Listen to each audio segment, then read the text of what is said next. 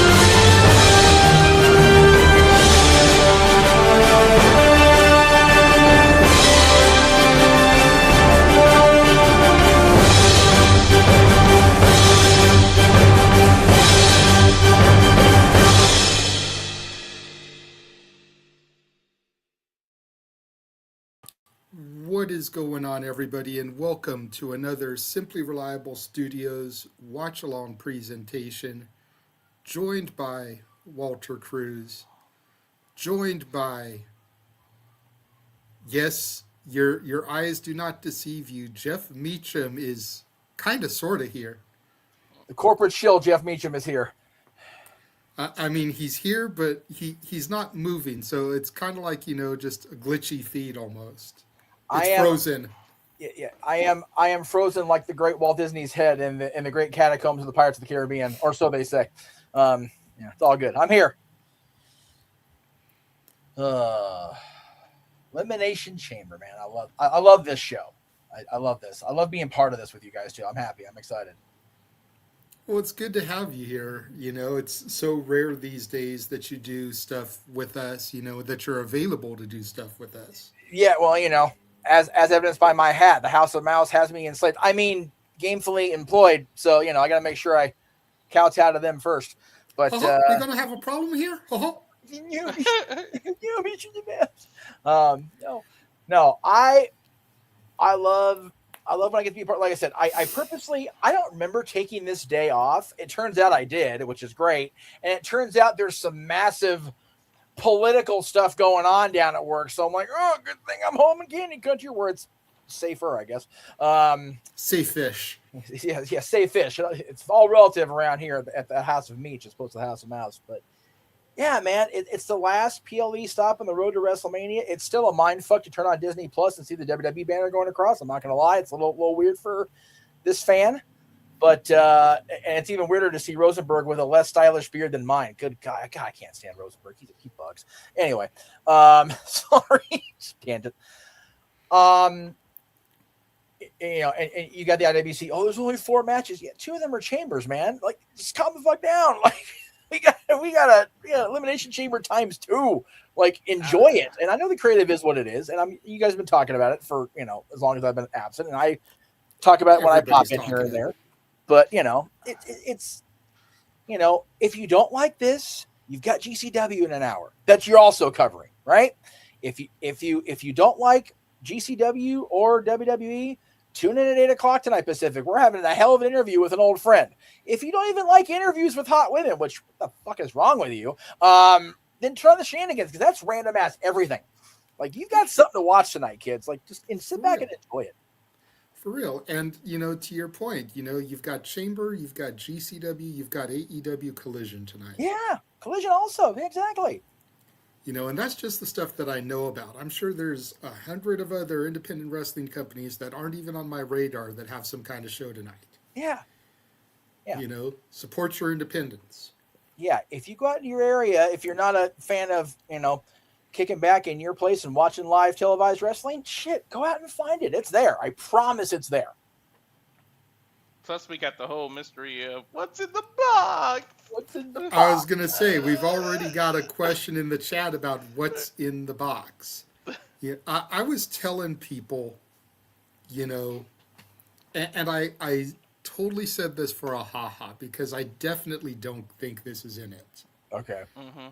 But I told people just for the ha-ha, it's Big Dick Johnson. That way you have a dick in a box.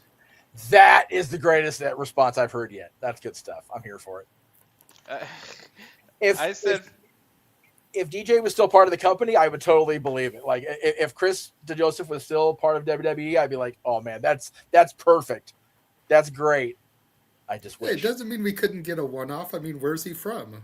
Is he from Chicago? Because like it would make sense then. Yes, I love how I love advocating for Big Dick getting a one-off. Anyway, I'm just going to Ghost, the actual PLE begins at 7 Eastern, 4 Pacific. The pre-show's been going for the last hour and a half. Yeah. We're just now starting. Because goddamn it, we don't need to do a 2-hour pre-show for a show that's not WrestleMania. That's right. However, and even WrestleMania, we only really need an hour. And even then, if we're still going live at 2 p.m. like we planned on, it's going to be the only hour because it's starting at 3 now, apparently. But, you know, and I had to mess with Noah a little bit during Simply Predicting. It's always fun to mess with Noah. Always. You know, he always likes to talk about, oh, you guys handle the pre-show. I'll be there 5 till like I always do. Ha, ha, ha. Sure. I had to be like, Noah, come here. He's like, what? I was like, Walter and I are going to be in Vegas for Mania. You have to do all the pre-shows. That's right. Every show that we cover, you have to do the pre-show for. Yeah, it's like... And he was like, bloody hell. And speaking of bloody hell, joining the festivities is Stat Boy. Hey! Who wasn't sent a link, just saw that we were on and was like, hey, I have producer capabilities. Let me pop in here because my brothers are on the air. Well, in the words of Phil Brooks, stop me when I'm telling lies. Dude, even I don't have that privilege anymore, I guess, Mikey. Fuck. You know, well, you know, I mean, he was doing weekly watch-alongs for football, so he needed producer capabilities. No, I know, I understand. I'm just giving a hard time because I can. Yes, you can. That's right. Even in my frozen state, I can still give you shit, Mikey. Yeah, why are you frozen? Because my room looks like dog fuck, and I didn't want to show it to the rest of the world, so I figured I'd be a corporate shill instead. Put on my ESPN Mickey ears hat and the SRS shirt. Very clever. I like it. I like the look. It's very product placement. It's very Meacham. It's very Meacham. Corporate shill monkey. That's what I do. And again, for those of y'all out there, you just got to breathe this in. He's got the producer studio. Yes. Shilling the Greg Cherry brand, the No DQ review, the interview this evening with Heather, and the interview with Izzy Moreno that'll be on April 4th. Yes. Then he's got his ESPN baseball hat with Mickey Mouse ears on it. Yes. And a Simply Reliable Studios t-shirt. That's right. You guys may cover all the wrestling, but I shill all the things. I shill everything. Speaking about all the wrestling, let's get into the pre-show. We've only got about 20 minutes now until kickoff. Jesus. And at least 3 of you weren't on predictions this week. So yes, with we'll you use guys. this opportunity to talk to you guys about the matches. First match we'll discuss, the Intercontinental Championship. Yeah. AJ Lee versus the man Becky Lynch. Jeff, we'll start with you. What are you thinking about this? Well, we were talking about this on Wednesday in the actual one day off this week I actually had. So thank you to the House of Mouse for allowing me to have lunch with my friends in LA and then actually do the Greg Cherry show on Wednesday. I think based on the card we know and based on where we are and what I think is going to happen the rest of the night and then going into Vegas, I think I see AJ Lee getting that hometown pop with a victory, becoming the new Intercontinental Champion. Okay. And again, they're showing this as her hometown. It's her current residence town, much like Sevierville is Mikey's hometown. No, it's where he live, not where he born. Yeah, Like, Mikey's not WWE. known as the Sevierville kid. He's the LB kid. Yeah, he's the Yeah. LB kid. Damn it. That's Because she's But originally from what, AJ's Jersey? from Jersey. yeah, Mhm. AJ a Jersey girl, but we ain't got. She ain't gonna make that public on purpose a whole lot because it's fucking New Jersey. No, Jersey girls, there's something proud about. They will let you know they are from Jersey. Oh no, man. they It's something- will. They will, but outside of that and their own core fandom, Jersey's like, yeah, no. So anyway, Jersey is about as beloved as Vandal 48 are when they come to the ring because the entire crowd chants "fuck Ohio." oh god, oh man, yeah, so bad. Yeah, there are very few states disliked that more than New Jersey around the at least the lower 48. I can't speak for Alaska, Hawaii because I ain't been in either, but Anyway, Mikey, what are your thoughts here? If AJ does get the women's IC title, I'm okay with it. My bigger question is two bigger questions. One, what if AJ does win the WWE women's title, the women's IC title, does Punk lose his? Do we get a swap? Question two, would this also possibly bring the power couple back into play? We've had many power couples in WWE, would it be time to start the ball rolling with a AJ Lee CM Punk power couple thing? We did get the tease with the mixed tag match. Why not keep that going a little bit? Other than that, I'm okay with it, but I did pick Becky to retain. Okay, Walter.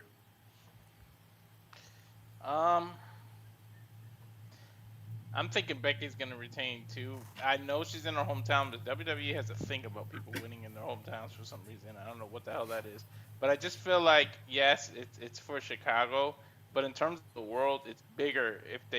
I just feel like it's gonna drag on to WrestleMania, and then that's where AJ wins it in front of everybody at Mania, and that might possibly be a night one main event. You might get the females the first main event.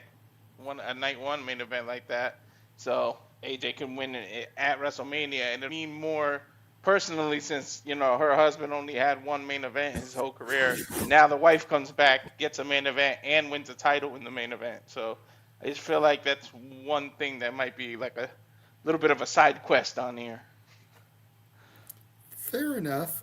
All pretty good points. To Mikey's point about the power couple, I don't know if they would do that as baby faces. Most power couples have always been heels. And both are baby faces right now. Granted, they're almost in a forced baby face role. We all know that both of them work better as heels. I said on Simply Predicting, I think AJ's going to get this. And this is going to lead to something bigger at Mania. I see a fatal four-way in the future. We all know WWE loves their multi-person matches, especially on grand stages like Mania. I think it'll be Becky, AJ, Maxine, and Natty. Oh, good one. I'm here for that. I'm here for Natty winning. Because if you think about all the pieces of the puzzle, they're all there. Becky is the current champion. Becky and AJ have been feuding since AJ came back because Becky and Seth were feuding with Punk. Becky was egging Punk on. So you've got the connection there with Becky and AJ. AJ takes the title here. Becky already lost the title to Maxine. Yeah. AJ's been accompanying Maxine here recently as her friend. Right. Natty was Maxine's friend until she turned on her. Natty was training Maxine in the dungeon. Natty and AJ go back to the Total Divas days. There's pieces of storytelling and layers here for all four of these individuals. AJ has been a part-timer at this point. You don't really want a part-timer to be champion, but if there's ever an opportunity, it's this in-between to Mania build. Yep. Because part-timers are going to be there religiously for this build to Mania. Yes. What's going to sell more tickets? Because tickets are down. Becky Lynch defending the title or AJ Lee defending the title? I think AJ Lee defending the title will see an uptick in ticket sales. Especially with the other three challengers you mentioned in the match with her. I mean, people are really, I think, because of the semi-unsteady booking, they're still sleeping on Natty. You turn her loose at Mania and have her become the Intercontinental Champion, watch out. Yep. And what happened the last time that a Hart was in WrestleMania at Vegas? Mm-hmm. Exactly. WWF owes that family something. Yeah, right. No kidding. Oh my God, the worst Mania. Ugh. Hey, the WWE owns the fans in that stadium. Looking at you, buddy, Staggerly. A do-over. And, hell, last time they were in Vegas, period, they owe them another PLE ending because, God, that, as much as I was happy for our buddy, man, that whole ending was a big fart in church. So they need a big something. And right now, thank you. Appreciate that. And right now, ticket sales and creative combining are looking shaky. Mm-hmm. So, but again, we talked about that on Shenanigans here recently as well. Also, yeah. I think part of the reason it's been so shaky is because we've been screwed the last 2 years at Mania. That 40, we thought we were going to get Rock Roman. We didn't. Yes. Last year with the Cena heel turn, we thought Rock was going to play into Mania because of how he was integral in the heel turn. He wasn't there. Nope. So I think people are waiting to see what the card is before they really buy tickets because we've been burnt on where we thought the story was going. Which is scary. As of right now, only 2 matches are announced for Mania. And up until this past week of Raw, we only knew 1. Yeah. It's one of those. I've been a fan long enough where I remember the days where you needed a full card before people started buying tickets. Then, on the flip side, WrestleMania would go on sale. JG, you were there in 2005. 90 seconds out? Yeah. 90 seconds out for that show? Or something like that? I think it took a little bit longer than that because we were able to get 3 tickets, but none of them were sitting together. Yeah. They were all scattered throughout the arena, and we only had 1 computer. So you figure we had to have time to do that over 3, searches. Yeah. Maybe 90 minutes instead of 90 seconds. Maybe that's what it was, 90 minutes. I'm trying to remember the call from JR. But it was still pretty rapid, you know. And at the point they went on sale, it was still just, it's WrestleMania in Los Angeles. Yeah. So the fact that we're back at the point where we're waiting to see what the WWE gives us on the card, I think that is more indicative of the problem. And again, I'm trying very hard to ride that line when I appear on, shows and streams and whatnot, because it is still very subjective on opinions are subjective. That's what Dads on Wrestling was all centered about on those top 10 lists, man. Everything's subjective. Subjective. And long-term storytelling. The difference between long-term storytelling and dragging stories out. And unfortunately, the Vision storyline is becoming dragged out because everybody's hurt. Yeah. There's things like that just make you go, oh no. So and again, with Jey Uso being plugged into an injury spot and then taken right back out of it within 4 days, the fans are, justifiably trepidate. I'm rambling. I'm sorry. We need to do 3 more matches. I'm sorry. I apologize. It's okay. I get back on the air. I get going. You're making a point. You're making a good point. Yeah. So it's this show being 4 matches. These 4 matches have a tremendous opportunity to completely reshape the road to WrestleMania. So, speaking of a tremendous opportunity to reshape the road to WrestleMania, we just talked about the misses. Let's talk about the Mister. Yes. Punk and Finn. Yeah. Now, on the surface, this is very cut and dry. Nobody thinks that Punk is losing this. Yeah.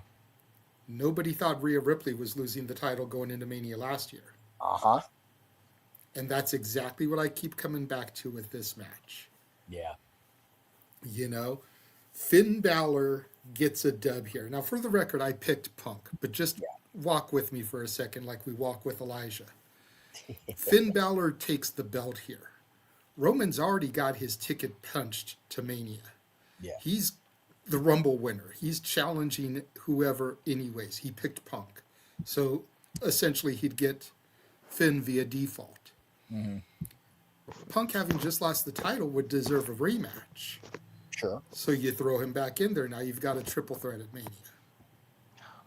Okay. And Finn has not been really taken seriously since he got injured after becoming the inaugural Universal Champion. True. A title he had to vacate the next night. Yes. It's taken him this long to really get back to the picture. It's pretty much do or die as far as the Judgment Day goes. Oh, 100%. If he could get the belt here going into Mania, he's belted. Dom is belted. Liv is challenging Stephanie at Mania. That makes the Judgment Day look strong as hell. Raquel could win the chamber. We'll talk about that later. She could challenge Jade.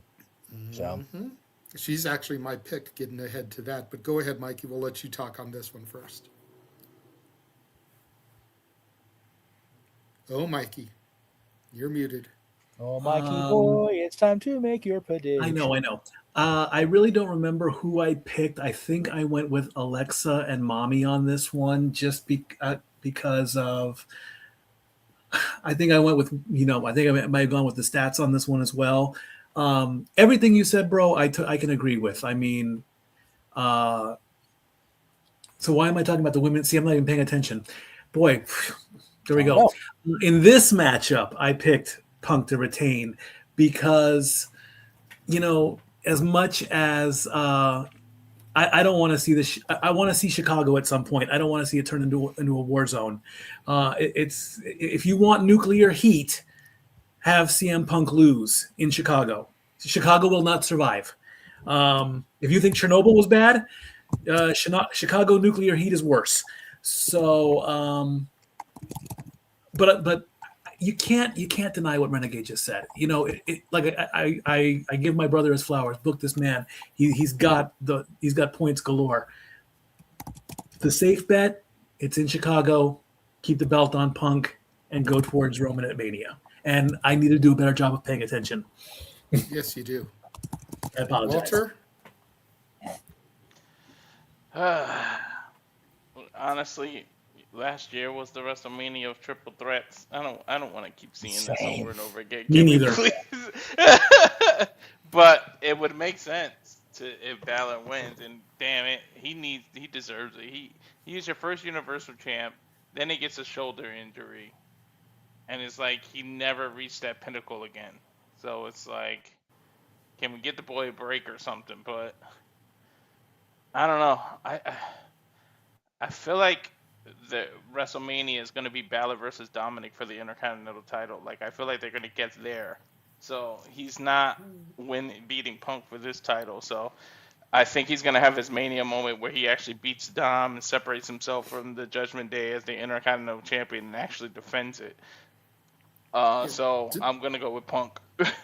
Yeah, don't get it twisted. I think that's the more realistic story also, especially considering Dom pinned Finn to win the title at Mania last year. I could definitely see that running back in the callback there, but I just wanted to throw it out there make a case for why Finn should win this, because everyone's counting him out, just like everyone counted Io out last year. Jeff? Yeah, you wouldn't be the Renegade without introducing a little chaos and anarchy into the discussion. So that's how we do around here. I think Punk walks out as champion. Whether he beats Finn is the question. I said on Wednesday that I think there will be a whole lot of, no pun intended since we're on Saturday now, but shenanigans involved in this match that leads to a Balor win via DQ or a Punk win via something where there's not a definitive Punk beat Balor, because we already did that in Ireland and there was respect. So I'd rather it just be some sort of shenanigans finish where so for me it's Punk retains, but I'm glad y'all went before me because I had it in my head that, Balor and Dom would be the Intercontinental Championship match, and I think it should be. I firmly think that should be the case. So You guys said everything I wanted to say without having to have me say it, which is almost preferred sometimes. So I thank you. All right, well, we'll go ahead and we'll get into the men's chamber, as I feel it's the women that are going to open the show, so we'll talk about them last. And granted, this isn't a current image, as Jey Uso was taken out, Logan Paul was put in the spot, but Randy Orton, LA Knight, Cody Rhodes, Javon Evans, Trick Willie, and Logan Paul are your field. You get 2 picks for this. Walter, we're going to start with you on this one. I knew it. Well, you're the only one that hasn't started yet, so. This is actually, aside from Cody, this is one of the most unpredictable chambers. Like, I can realistically see them going with any of them. Like, imagine the shock of Javon wins and at that young age gets a WrestleMania event because the Rocket is strapped to him. Trick Williams legit is like one of the most over. I tweeted the other day and they got a bunch of there's no way you can keep Trick Williams heel for much longer. This dude is getting reactions that are like ridiculously organically over. Trick can do that. Like he's the only dude I can see that got the words lemon stepper over talking about his shoes and the shit is over. You can see signs in the crowd talking about his shoes. Like legit when he stopped himself Monday from saying it, the crowd said it for him before the music like interrupted him. I meant on SmackDown. With the exception of Logan, because I think the real Masked Man's gonna pop up again here. So Logan has the least chance of winning because I feel like there's gonna be a spot. I don't know if you do it again because you did what Shawn Michaels did, but the Masked Man could pop up from underneath the chamber and cost Logan Paul it. But I mean the obvious golden boy, which I actually don't want him to win, but for the safe pick of the league and everything, I went with Cody. But I went with Trick as a sleeper too. Because like I could realistically actually see him do that. So I went with Trick as a second pick and Cody as my first. But what I really want in my heart, I kind of want LA Knight to have his moment and finally pull something. It's like you kept teasing Money in the Bank, right? And everybody was expecting him to win the last like 3 Money in the Banks, and they just won't pull it. The trigger. It's like something. It's almost like the booking is anti LA Knight, and he's the strongest second to Cody. Like if you're gonna do it, here's your chance to actually pull it. But I feel like they're going to go the safe route and have Cody pull this out. Especially how Drew keeps messing with him and like hitting him with the belt and stopping everything. Like you can see who Drew is like scared of. Like I feel like eventually you were talking about triple threats. It's going to be Jacob Fatu, Drew McIntyre, and Cody as a triple threat in one of the main events of WrestleMania. I feel like they're going to pull that trigger. Okay, Jeff? God, I went with LA Knight on Wednesday, and I'm sticking with that as my top pick just for something different. Like people are almost expecting it to be Cody Rhodes or even Randy Orton, or and you guys are right. You can't deny Trick at this point. Javon Evans, while it'll be a great story to have him be the youngest chamber winner. And God, by the way, my spine curved exponentially hearing that he's younger than the match. Like Jesus. Anyway, just absurd. It's 21 years old. Fucking absurd. But anyway, I digress. I'm sticking with LA Knight as my priority pick. My second pick is going to be Cody, just because I feel it's the easy money. I don't like it, and I'm not saying I don't like Cody. It's just I don't like I said it when he won the Rumble 2 years ago. It felt like the last that season in Dallas where Patrick Duffy's wife woke up and he was in the shower after being dead the entire season. Like, oh God, we're hitting the reset button again. What are we doing? Like, just give me something different. And I know first world problems, IWC complaint issues. Triple H is not going to give a shit. But for me, it's like I want variety. We're going to be in Vegas. I want a buffet. Damn it, for WrestleMania. Same. Jesus, give me a buffet this time. Let me choose. Boy. I went with my QB1 and I went with Orton on this one. I love this. I'm starting to worry about LA Knight. I really am. I'm starting to think that he's on the same course as Drew McIntyre, where we hear him constantly complain about the title. Now Drew has the title. Now do something with the title. I think LA Knight's in the same boat on that one. with Trick and Javon and Logan, usually I only pick one that's going to do something insane in the chamber. This time I'm going all three. All three of them combined.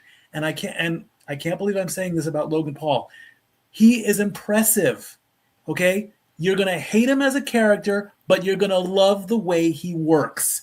It's like Taker said, that springboard moonsault off the ropes, it may be video game shit, but it's the coolest looking video game shit indeed. One, if not all three of those guys are going to do something. You're going to talk about it. It's going to go viral. You're going to respect them.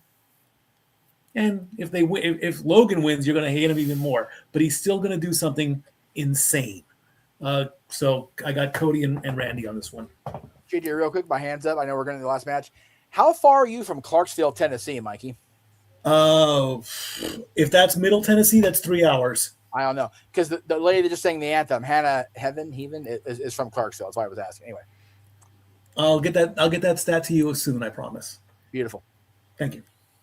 Well, all that leaves is the match that's probably jerking the curtain. Tiffany Stratton, Rhea Ripley, who is now titleless after last night on SmackDown. Alexa Bliss, Auska, Kiana James, and Raquel Rodriguez. We won't go to Noah to make his Kiana James jokes because I'll just say tune into Simply Predicted and watch him go off about Kiana James being in this match. Just finish your countdown and bring me back on air. We're actually got to call this nonsense. Damn. Damn. Well, I don't have the screen on because I don't have ESPN, so I don't know where we are. But you had Disney Plus. Yeah, they don't have ESPN. Cold opener. I think Disney Plus is doing the first hour or something. I don't know. I heard some. That's weird shit that WrestleMania. they're doing now. Yeah, I know that's for Mania, not for this. But in Okay. any event, for this match, I've got Raquel winning this. Same. You know, I'm curious to know from Noah how many people changed their picks now that Mommy is titleless. Yeah. But he keeps pulling himself out of here. So, you know, clearly he doesn't want to participate in the conversations. But I've got Raquel taking this, you know. Unfortunately for Auska, I feel like she's going to be the reverse Undertaker at WrestleMania, and she's never going to win a match. God damn, right? The fact that Michael Cole has won more WrestleMania matches than Auska is a fucking travesty. That's deplorable. Don't set me off. Don't set me off. Please don't get Walter going. Please don't piss off our lead commentator before we actually get going.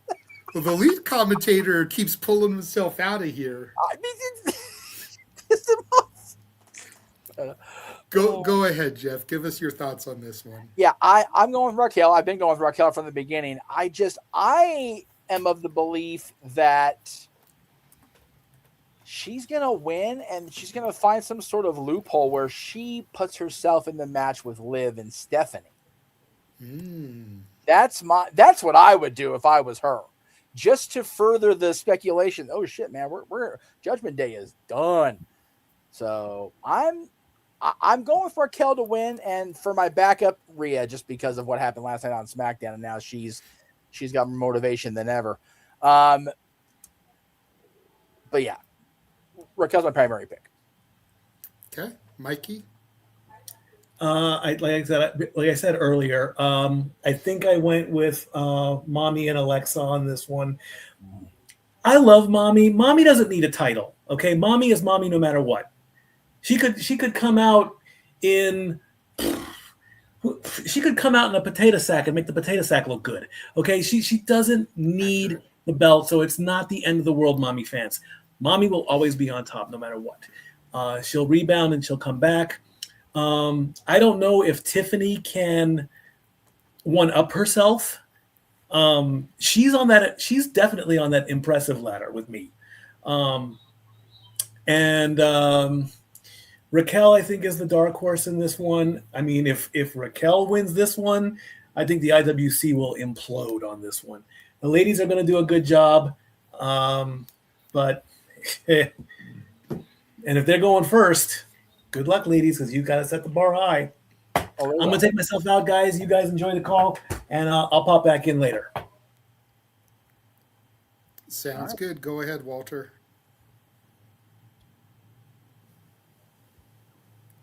You're muted, Walter. Walter Cruz. Walter Cruz.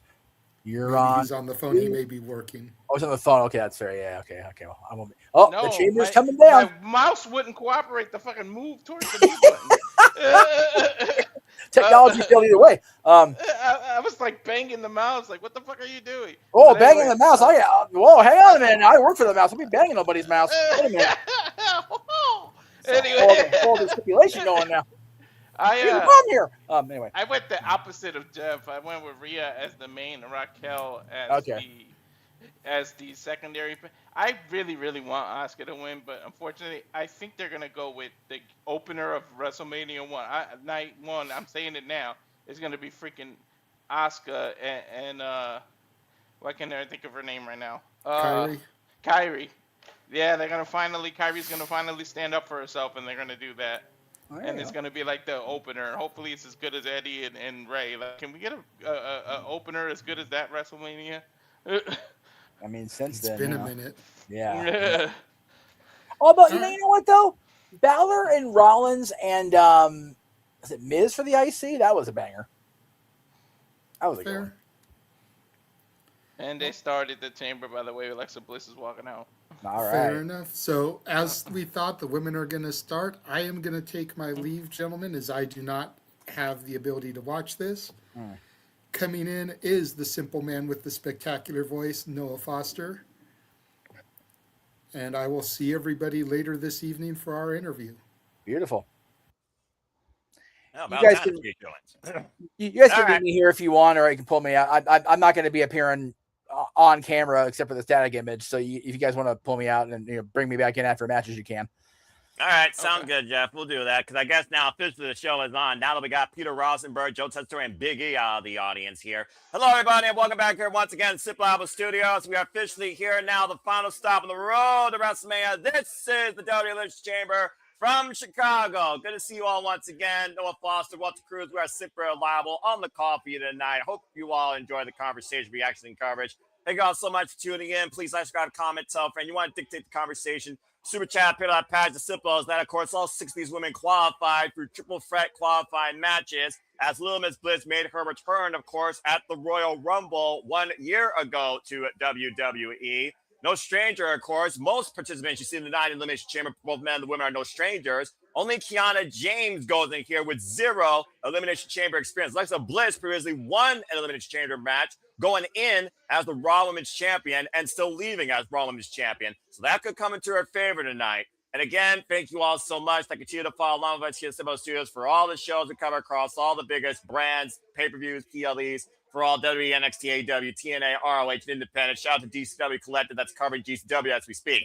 Walter, good to see you tonight. Of course, this is it, brother. This is our final stop on the road to WrestleMania. It is make or break for everyone here tonight to put their name on the marquee and have a chance to point to that sign. You ready to go tonight? Yeah, as ready as I can be. Jade is in the balcony watching. Do I need to pause? Like, do you see Jade right now? Yeah, I literally see Jade right now, but no one cares that she's there, all right? But the bottom line, she's there. Spotlight's not on her tonight. Not that she's been posing enough for that title, making it irrelevant. But anyway, but the point of the matter is she is the point of conversation, I guess, at least for tonight, because the winner of this Women's Chamber match will go on to face her, carry her, and be on the marquee at WrestleMania for the WWE Women's Championship. What I wouldn't give to see that storm cleared.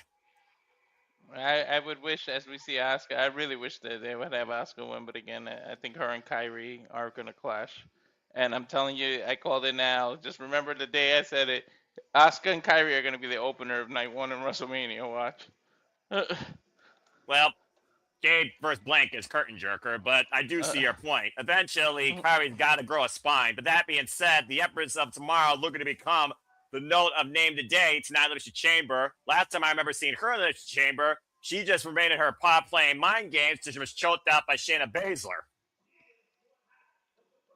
Of course, Auska, though, won the very first ever Women's Royal Rumble. Tried to play a little bit of mind games last night. One of the participants and Tiffany Stratton having, of course, Kyrie Sane faced her last night on SmackDown. Tiffany Stratton, of course, was victorious. This will be Auska's third chamber match, by the way. And shout out to everybody in the chat. Christopher Rods, Canadian Connection, Nick, my brother Case from HEW. You stop that. Safet, Wheels. Hope everyone's enjoying the conversation. Again, thank you all so much for tuning in. If you haven't already, follow SR Studios 2024 to give up all the watch line coverages that we do across the year and every day of the week, it seems. We'll be back here tomorrow covering NJPW as well. Stay tuned for more deals on that. And as you heard from JJ, there will be another interview with Pulldown Mania talent Heather Lim, the ring announcer, following this PLE at 11 p.m. Eastern Standard Time. And again, folks, you heard the rules, but if you haven't, allow me to educate you. There are 6 participants, Elimination Chamber. 2 will start. 4 will be locked in pods, let out at intermittent moments. Elimination occurs via pinfall or submission inside the ring. The last one remaining will go on to WrestleMania to face Jade Cargill for the WWE Women's Championship. To think, this is the first time we're seeing a WWE PLE event in the United Center since 1995, when it was a WWF house show headlined by Bret the Hitman Hart and The Undertaker. Isn't that crazy? Well, you consider how much Chicago has been a beacon, a mecca, a melting pot of professional wrestling history and coverage, and this building somehow has been off WWE's radar. Or just unable to be booked. Speaking of being booked, Big Mommy Cool, Raquel Rodriguez looks to take on the Storm. Of course, we recently saw her in a feud against the Raw Women's Champion, of course, the Women's World Heavyweight Champion, Stephanie Valkyria La Primera, in a Philadelphia street fight. Lost a chance on the title. Of course, her Judgment Day running mate Liv Morgan will now challenge Stephanie for that title at WrestleMania. Imagine both Raquel and Liv, who went to WrestleMania last year as women's tag team champions, both getting to WrestleMania this year challenging for the women's world championships on each night. Right. Or like Jeff said, add herself to the Alexa. I mean, to the Stephanie and Liv match and make it a triple threat to end Judgment Day. And this will be the 9th WWE Women's Elimination Chamber match, going all the way back to 2018, where Alexa Bliss won the inaugural one. I believe this will be Raquel's 2nd Elimination Chamber match. Previously saw, of course, down under in Perth, Australia. Things are live and loud in the United Center tonight via that meter. Wow, for Mommy's entrance, she's going to be locked in the chamber. Mommy might be more dangerous having to be locked in a cage like a hungry animal waiting to get out. Well, you know that this animal is ready to scratch the face off anybody, considering the bougie bitches somehow won the WWE Women's Tag Team Championships last night. Rhea Ripley goes in here without the gold. And Mommy might be looking to get back on top. The Irresistible Forces, as they're known now. Yeah, that's a name that's going to be hard for me to keep up with. I've said it before, I'll say it again. Rhea Ripley is the female superstar in WWE. And she's been that way since being the queen, Charlotte Flair, at WrestleMania 39. Has literally done everything there is to lead this company with her brutality. Headlined WrestleMania walking in with the gold. Of course, last year, part of that triple threat where she lost the chance to earn her championship back against Io Sky, as Rico were the previous women's tag team champions. Yeah. And remember, she's walking in with a compromised back, though, from last night. I know you don't watch SmackDown, but if you see highlights, she really hurt her back. She was selling for her back, and that's how she got pinned to lose the tag title. So it'll be interesting to keep an eye out on her back. I'm not showing no signs of wear and tear, but you know the other competitors got to be aware of that fact. And courtesy of W Matches on YouTube, I did see that match, and it made me barf at the end. But nonetheless, I'm very well aware that Mommy Rhea Ripley is not coming in here at 100%. But then again, what do I say? Well, you're never 100% after your first match.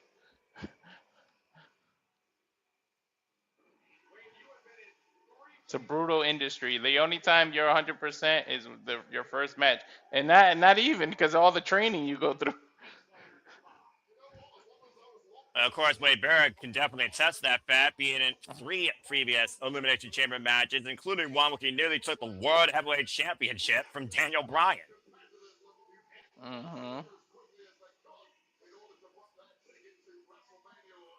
There is nothing in there but steel and LED and brutality, even with Mommy Rhea Ripley currently locked inside one of those cages. And now we know the 4 that will remain inside the pods, which means we know who our 2 starters are now going to be.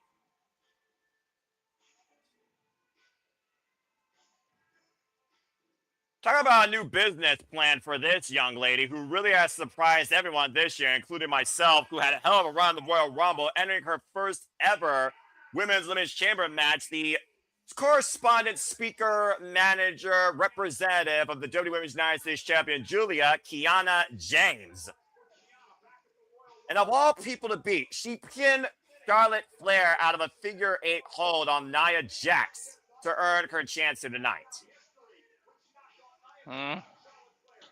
Sleeper pick for sure. I think even that's an understatement. Of course, she lasted for over 30 minutes, to your point, in that Royal Rumble match. And of course, we know that this match, anyone could be eliminated at any time. So there are no safe grounds here for Kiana James. But again, inexperience could be the wild card here. She doesn't know necessarily the fear, the threat that the Elimination Chamber holds, because she's never had to deal with it. That might play in her favor.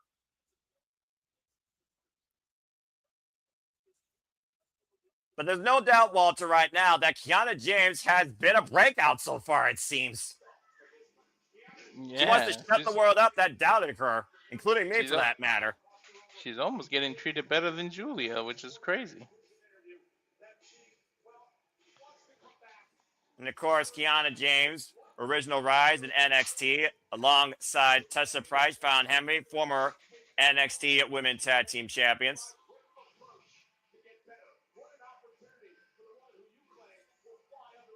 And right now, just assessing the environment of pain that awaits her, as of course we now know who she will kick things off with, as it'll be Tiffy time here momentarily. And then with it, you can see she ain't 100% with that knee brace on either. Well, every businesswoman believes they know the secret to success, how you garner stocks, how you make a strong investment. And Kiana James clearly feels that way tonight. All smiles for right now, thinking that she has this blueprint for success already planned and ready to carry out. What time is it? Tiffy time. And of course, Tiffany Stratton, the previous WWE Women's Undisputed Champion, lost that title due to injury against Jade Cargill, but went into WrestleMania last year and successfully defended it against the Queen, Charlotte Flair. Tiffany Stratton looking to make Tiffy time worldwide once again on the grandest stage of them all. And of course, we saw her come in as number 30 in the Royal Rumble as a surprise entrant. It came down to her, Saruka, and Liv Morgan. Liv Morgan, of course, became the eventual winner.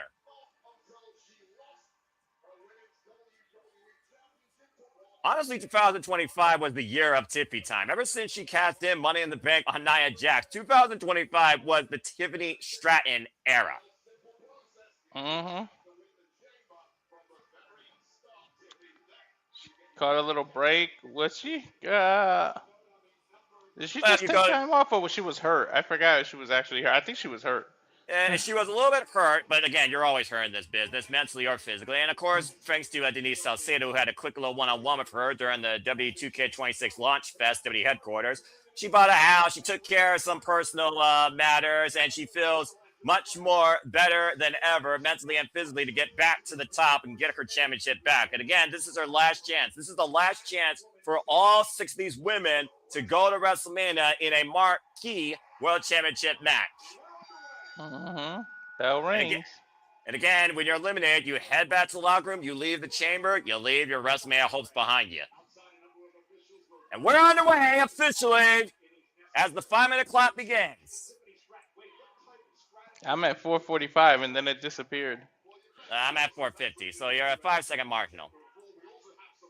Of course, you're not they going to look at the clock. You're going to focus on the participants. Just a bit. You're going to look at the participants here. So again, the strategy here either got to be eliminate someone quickly or avoid as much punishment as possible very early. As I see both of them right now just staying inside the ring. I did a quick pause, unpause, so we should be caught up. All right.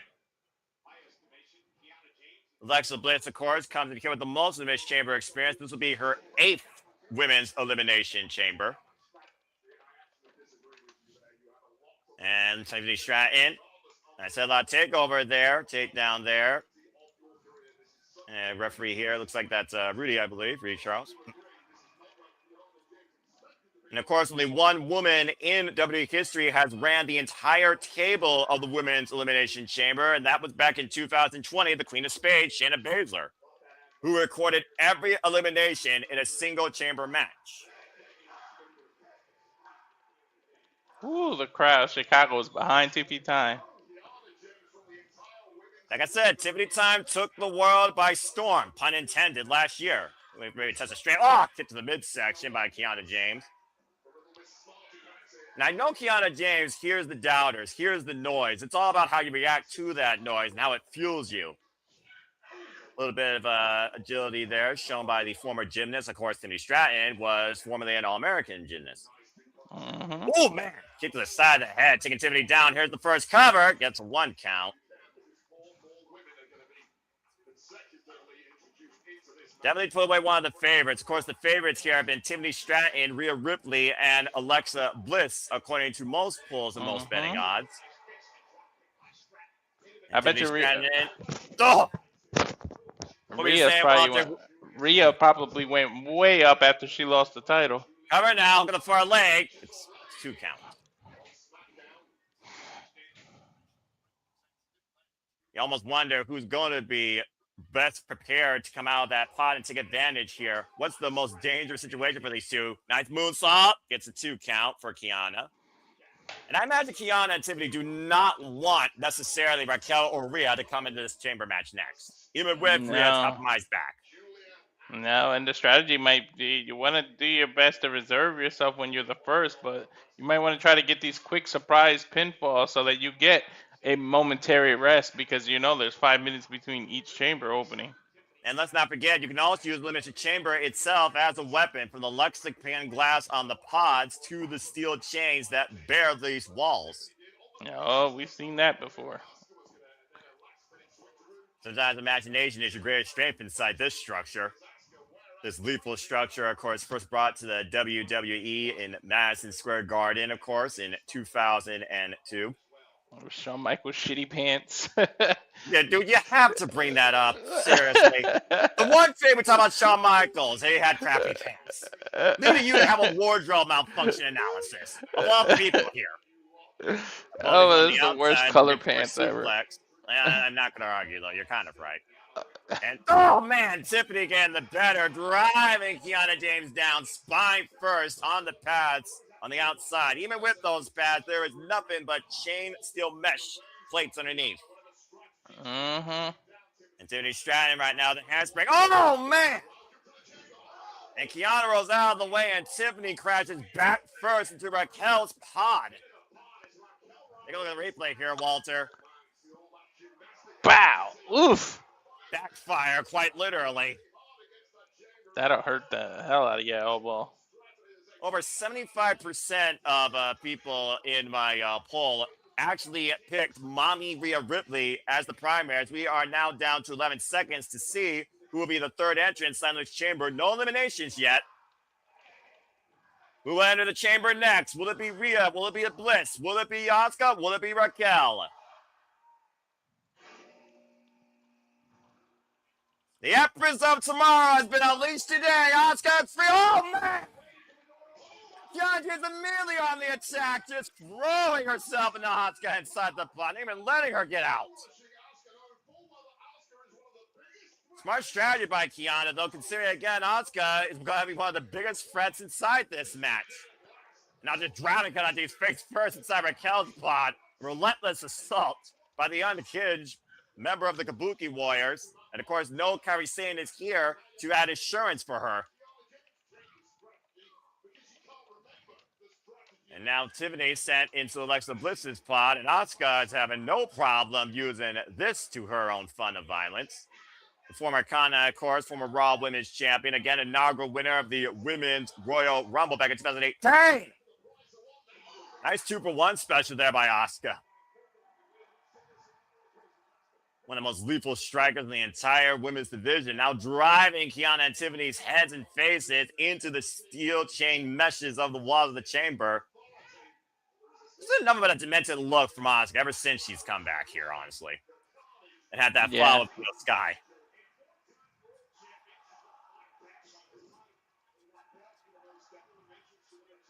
And right now, Auska looking to fly off the pods. Oop. Double drop kick, the cover on Kiana James. Kick out by James. Now cover on Tiffany Stratton. Kick out on Tiffany. Great start here by Auska in the Elimination Chamber match, Walter. Yeah, she came out strong. And she didn't waste no time at all, just immediately going on the attack against both of them. And of course, that does play in your favor the longer you're in that pod. You are fresher. You can pick your spots. Ooh. Back elbow strike there. Tiffany Stratton right now driving Kiana James in the match. Still, of course, waiting for Rhea, Raquel, and Alexa Bliss. Nice handspring back elbow strike into one corner. Handspring back elbow strike in the opposite corner. Tiffany Stratton taking control. Caught with a knee. And now it's going to get in the cover. Lateral press. Gets a 2 count. The level of experience that Auska has outweighs Tiffany Stratton's career. As we await our next participant in 10 seconds. Hey, Chamber's going to unleash brutality, Little Miss Bliss, or Big Mommy Cool. Let's find out who's next. I'm going to guess Bliss. And you would be correct. Little Miss Bliss, ready to play. Oh, she's scaring me a little bit. She's like You in a do trance. remember this was the Fiend's best friend, right? She has this weird look on her face. Oh, because she can get a hold of Auska. Well, there's a reason also that Tatum Paxley, for example, has been heavily inspired by Alexa Bliss. Take over to Harris by the former Miss Money in the Paxley's Bank. turned a whole new leaf, man, lately. She's even scarier than before. She don't care about friends. Well, according to her and Charlotte Flair, they're friends, but Charlotte Flair's not even involved in this match. No, I'm talking about Paxley. You remember how she was gullible and cared about friends? No more. Look, there's no friends in this business. You want to have nothing but checks and championships, according to many people. Tiffany Stratton catching Little Miss Bliss, one of the shortest competitors might add in the entire WWE roster. Look at the pretty smooth thought. Yeah. She's so small compared to everybody else. It's so hilarious. Hey, that's what I play to your advantage. You'd be surprised how much a firecracker can still pack a wallop. Hey, lower center of gravity for certain moves. Drop kick to the gut didn't help Tiffany Stratton out of the trio well. German suplex, attempt paired by Auska. Alexa Bliss able to escape. Of course, we saw how much Alexa Bliss and Charlotte Flair were feuding with the likes of the Kabuki Warriors last year, along with Rhea Ripley and Io Sky. Woo! And a big knee by Jane caught Auska. Now Alexa trying to take advantage, gets a 2 count. Tiffany Stratton running in with the drop kick. The cover by Tiffany and Kiana for Tiffany off Alexa Bliss. Not sure how smart that was. Maybe that inexperience there for Kiana James to break up that cover. Bit overzealous here. Again, Kiana James, though, looking to leave a lasting impression against the entire WWE Universe in her first Elimination Chamber match. And the biggest players are yet to enter the match, by the way, folks. Rhea Ripley and Raquel Rodriguez are the only 2 left inside their pods. I almost feel like you saved Mommy for last for the pop of it. And now Kiana James, what you looking at here? Oh, she's going to swing her into that the slingshot. Yeah. Catapult face first goes Tiffany Stratton. Take another look at the replay here, Walter. To your point, right up against that sliding door. I know that hurt. Oof. Yeah, but you see Kiana James, how much it took out of her. 10 seconds until we get our next participant. Kiana James, gotta be aware of whoever comes out next, there's gonna be hell to pay. Mommy's home! Oh, shit. Rhea Ripley! Guess not. I guess you don't save her. That big head, but again, though, to your point, Rhea Ripley's sense of urgency, considering that you talked about not going in here at 100% and knowing that this is her last chance to get to WrestleMania. Wait till she gets a hold of Auska. And to your point, face first goes Auska in the middle of the ring. Of course, Rio better feud it. Oh, a headbutt to the heart against the Kabuki Warriors with a better half of 2025. Razor's Edge, Tiffany Stratton and Auska. The mommy's edge. And of course, qualified beating Lyra Valkyria and Ivy Nile. Alexa Bliss now feuding with Rhea Ripley, looking for the takedown to nail DDT. Just too much strength on Mommy's back still, it seems. Holy hell, the strength. Now, wait a minute. Alexa Bliss trying to hook Rhea, possibly for Sister Abigail. And Rhea able to counter. And the pump handle, got her hook, possibly for a ring. Alexa Bliss, lower center of gravity, saves her from the riptide for the time being. You saw the panic there by Alexa Bliss, just literally trying to squirm her way out of Mommy's grip. Uh-oh. Oh, no, not out there, not out there, not out there! Riptide? Yeah, looking for a riptide on the outside. Alexa Bliss hanging on to the chamber, preventing certain destruction. Spider-Woman.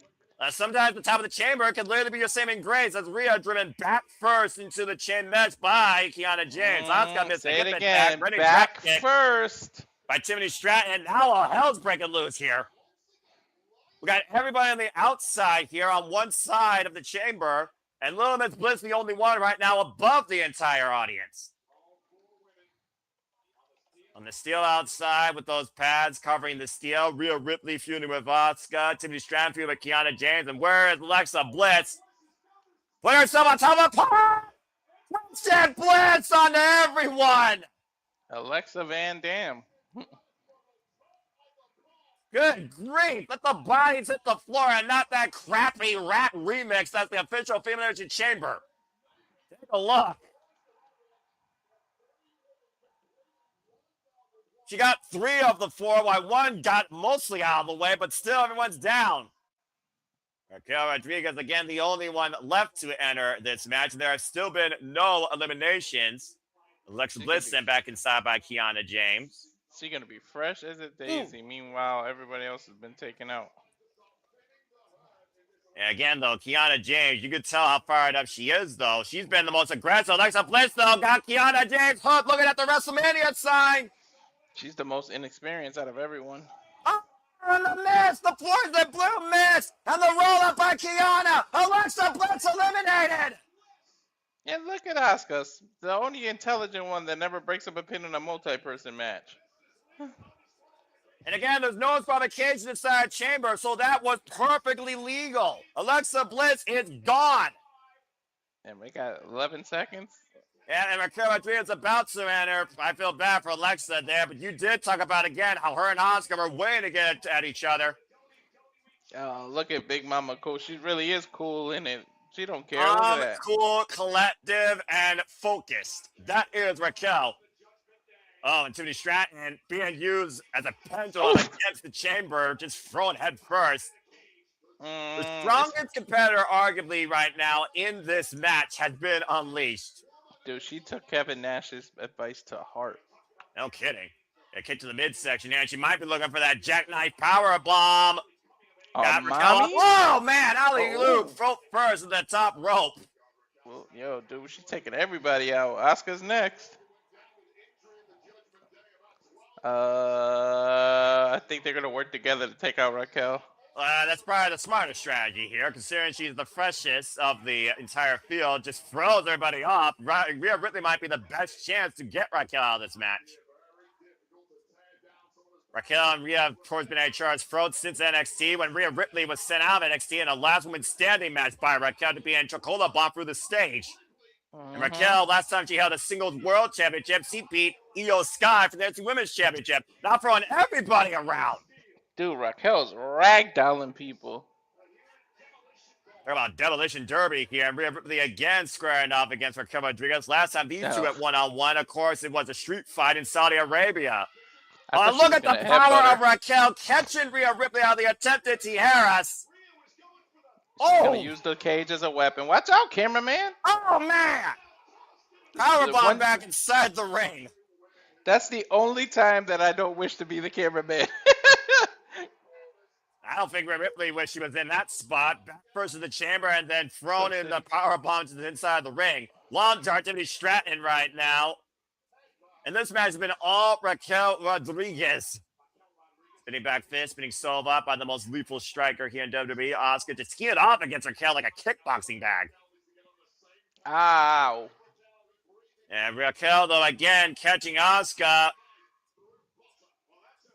Oh, my Fallaway God. slam from the outside to inside the ring.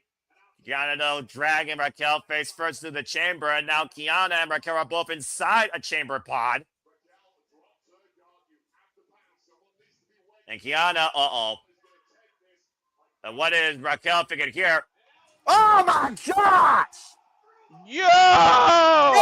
Powerbomb through the damn pod! Kiana is done for. She literally drove her through the damn pod's wall without running power slam. Everyone's right for the picking at this point, but Auska went for a kick. Raquel, though, got her hook. Oh, I thought she was. Chocola bomb! Raquel, the double cover! Kiana on Auska! Kiana and Auska eliminated! Yo, she just eliminated 2 people with 1 cover. Holy hell! I don't think I've ever seen that in the chamber. I know I haven't, especially in the women's chamber. Look at this. Running power slam through a damn pod. Through the damn pod's wall, folks. I kid you not. That is the first time I've seen that in the chamber. Holy shit. And then a Chocola bomb, that one-arm choke bomb on Auska, on Kiana, double cover.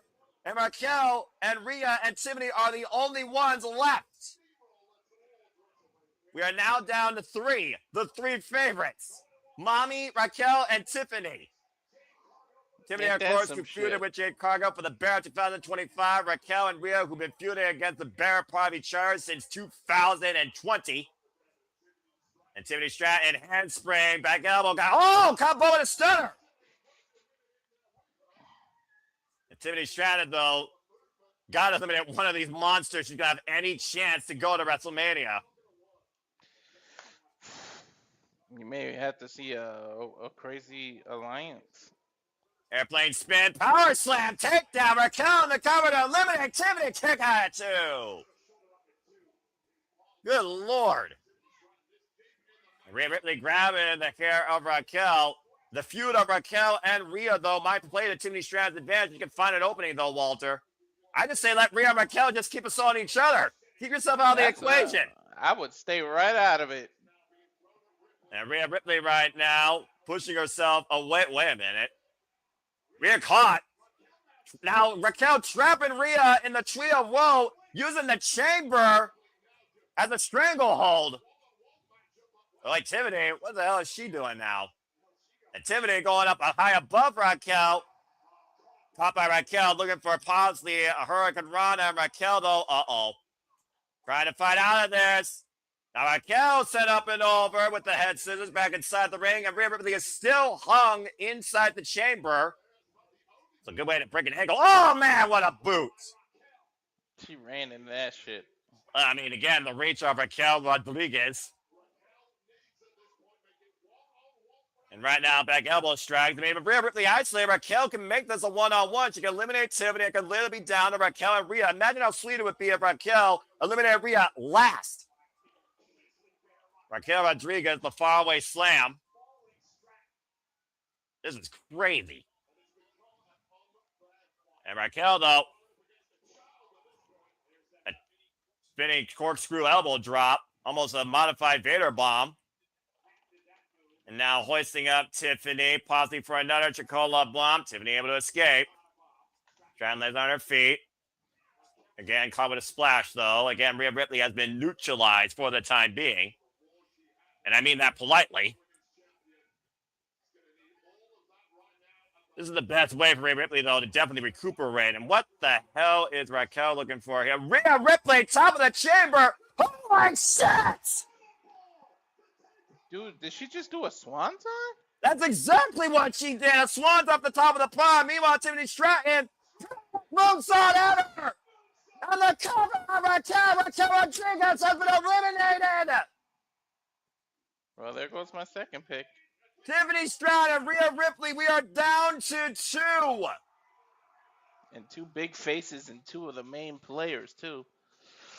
That changed my pick, especially after she lost the title. And look at this. To your point, she literally walked off the top of the pod, throwing her own back into harm's way. A swanton bomb crushed Raquel, and the previous moonsault ever was the fall needed to eliminate Judgment Day's Raquel Rodriguez. We are down to Tiffany and Rhea Ripley.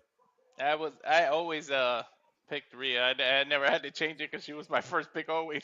Well, I mean, again, when Mommy was not playing nice with someone she has yet to beat in one-on-one action, she was the brutalizer, the eradicator. She was the face of WWE. And I think Rhea Ripley wants to get to that spot. And she's never faced Jade Cargill. Ooh. I just thought about by it. Stratton. Meanwhile, Tiffany Stratton might be looking to go back-to-back to WrestleManias with golden ambitions. If Rhea does win and beats Oh! Jade, quote-unquote, our brand split, does she shift to SmackDown? Raw's really... Netflix ain't going to want to lose Rhea.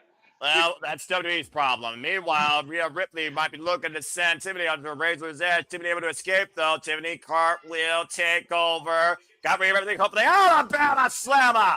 Deep stack cover to win the night. Kick on it, too. And despite the damage done to Rhea Ripley's back, I think leverage was key there, Walter. Not enough body weight differential to keep Rhea Ripley down for the 3 count.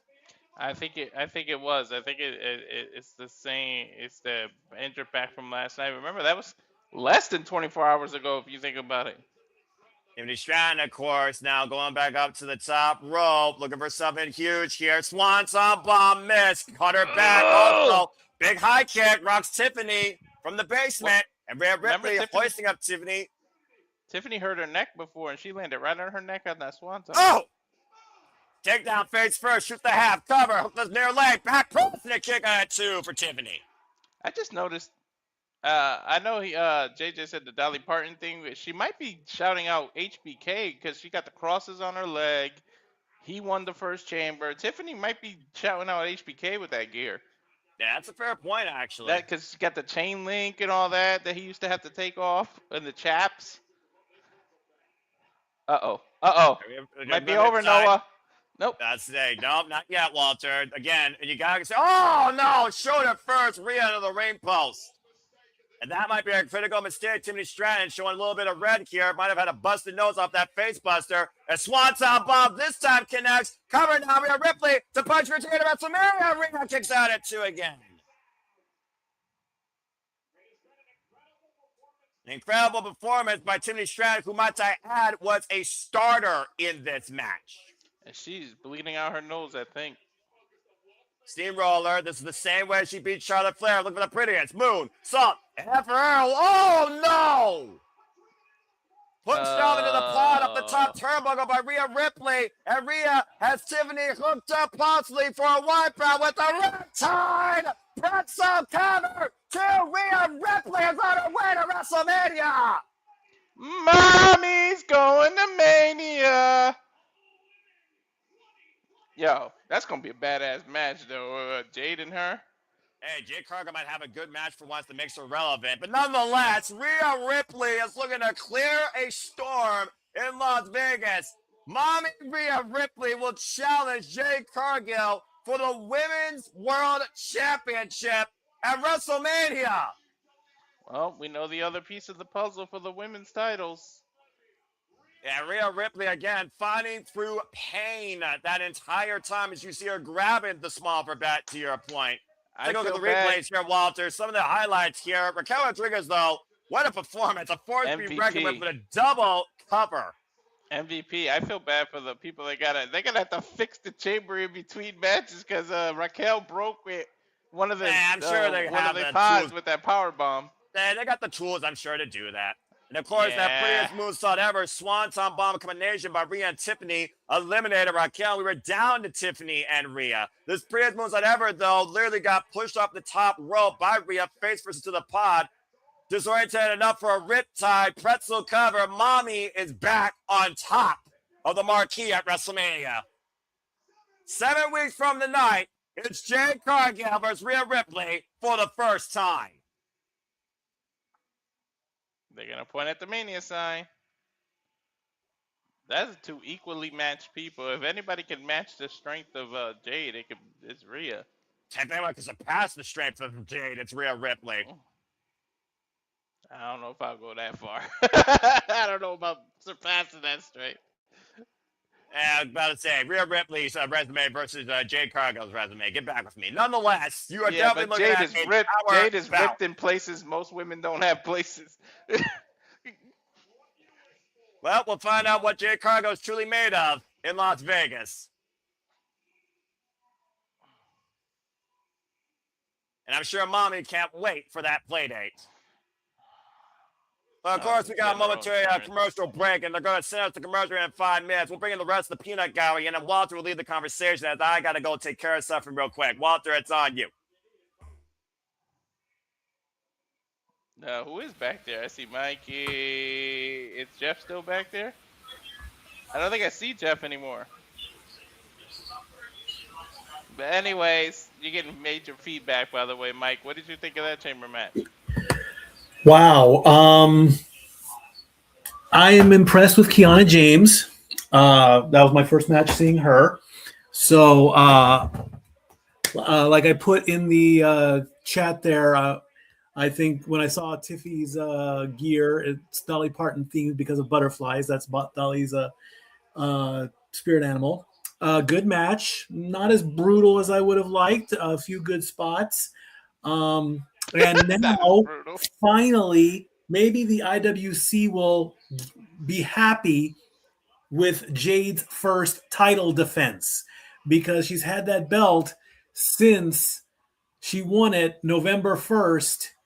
And she's only had a few matches on SmackDown from what I'm looking at in my stats. So this will be her first official televised women's title match. So finally, we'll get that squared away. It wasn't. It was also very surprising that Alexa was the first one eliminated, the first time winner. So that kind of follows suit a little bit there. I thought Kiana James was going to be the first to get eliminated. If I'm being honest. And her name, Kiana James, it's making me remember of some super fitness group on, I think it was on ESPN, and I want to say that the lead person's name was either Kiara or Kiana. I can't remember, but I remember. But that's the kind of vibe I'm getting off of her, just seeing her for the very first time. It was during the big 80s 90s fitness craze where people where spandex started, I guess. It was pre-yoga pants. How about that? But that was the kind of vibe I got from her, seeing her actually for the first time since I spent most of my time behind the wheel of my car. But hey, overall, good match. But can you guys follow that? What's next? Who knows? I don't think they could have been as brutal as they you would expect, because then they would have to fix the chamber for the men's match. If it was the last match, they probably can go all out, but they need that chamber for another match. Probably. And I think Becky and AJ's match is next. I'm not 100% sure. Good. You know, Walter, we're getting closer. We're only about a month away from opening day 2026 MLB. Hence why I'm wearing the Angels hat. So, are we? We are. We're getting ready to call some baseball. You know, it's funny.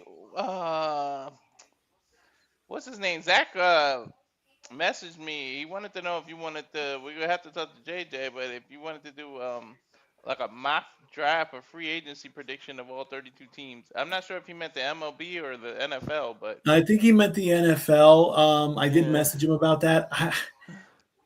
I'm looking forward to draft day for the NFL. That's in April.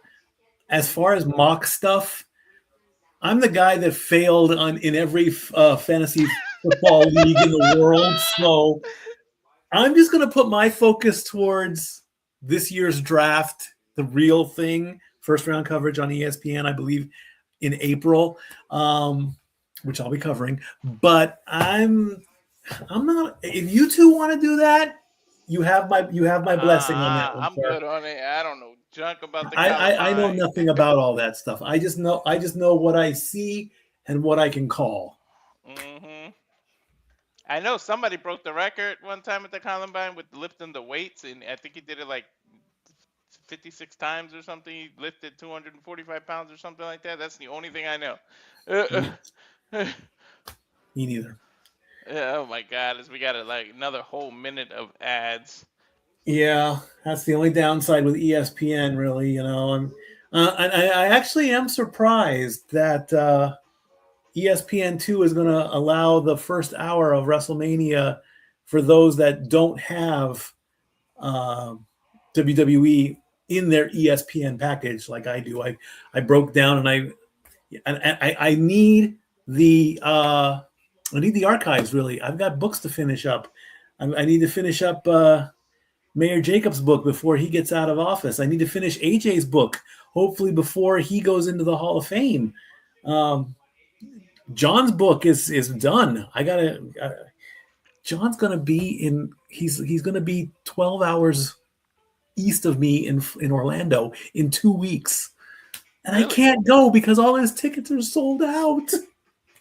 Yeah, it happens.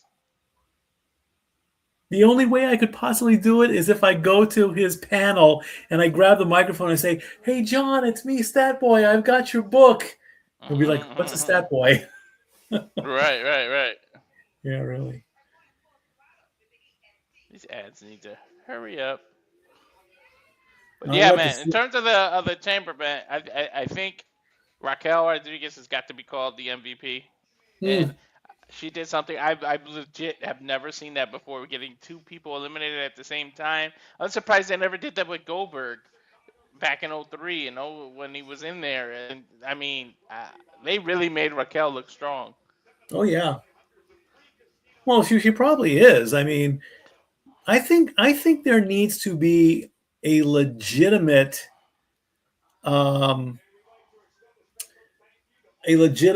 strength competition. As long as it's done safely. I don't want to see anybody literally get broken in half. So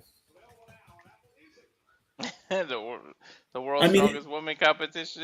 Why not? Hey, if we can have a world's strongest man competition that ESPN has put on the air, and this isn't traditional weights. These are like beer kegs and stones and the caber toss and all that stuff. Why can't we have the women find out who the strongest woman in the world is?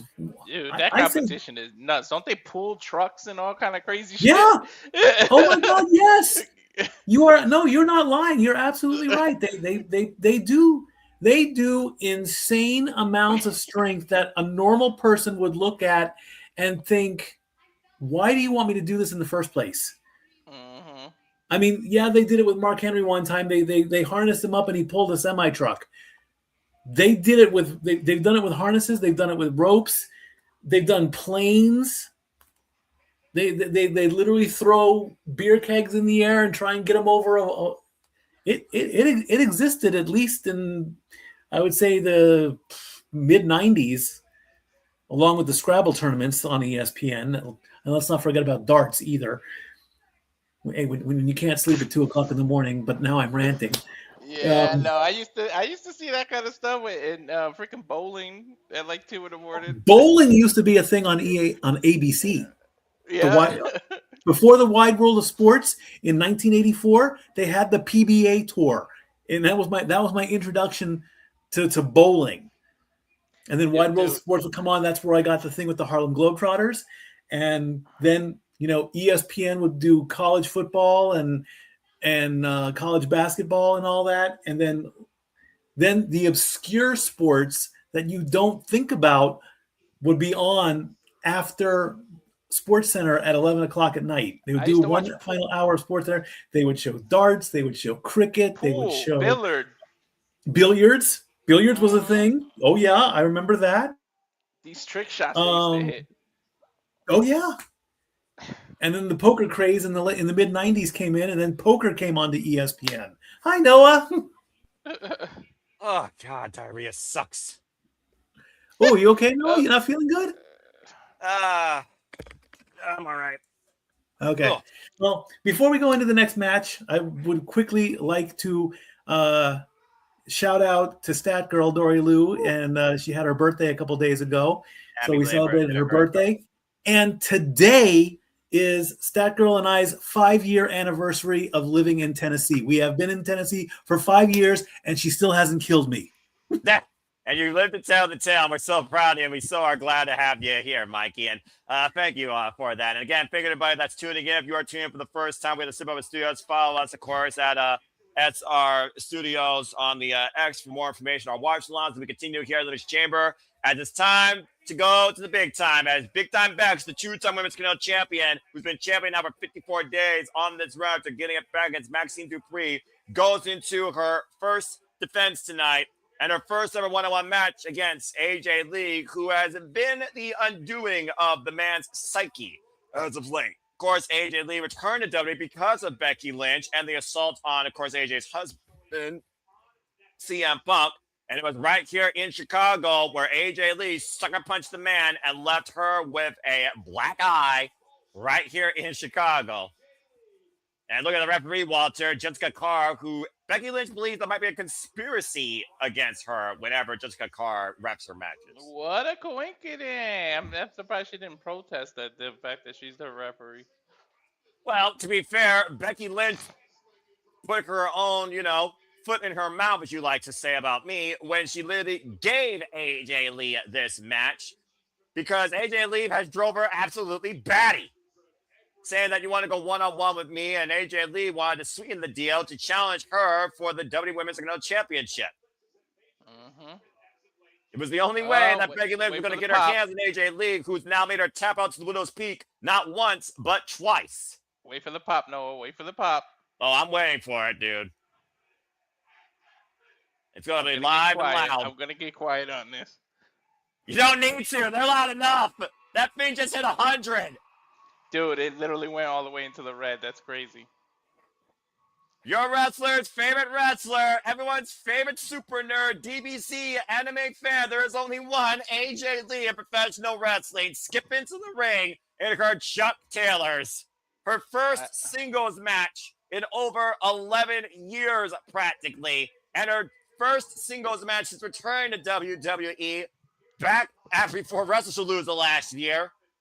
And the fact of the matter is, Walter, this is her third official match since coming back to WWE, and it's for the WWE Women's Championship in Chicago. Tell me this not was it made for AJ Lee. Right. Becky has a smile on her face, like she's happy she could do this deep down inside. But I went nuts. I think Becky's gonna win the match, but not the title. I mean, AJ's gonna win the match, but not the title. Because I feel like it ain't gonna be over. They're gonna prolong it to WrestleMania. Well, the one thing Becky Lynch knows she needs to avoid is that Widow's Peak, that literal arm submission. She's tapped out to it twice. Let's go down to this Nash guy for their inductions. Mark Nash, okay. One fall. He's got an interesting demeanor about him. Somebody got a haircut. Union City, New Jersey's own 5'2". You want to talk about short competitors, Walter? 114 pounds, your wrestler's favorite wrestler, 38 years of age, 7 years in the game, AJ Lee.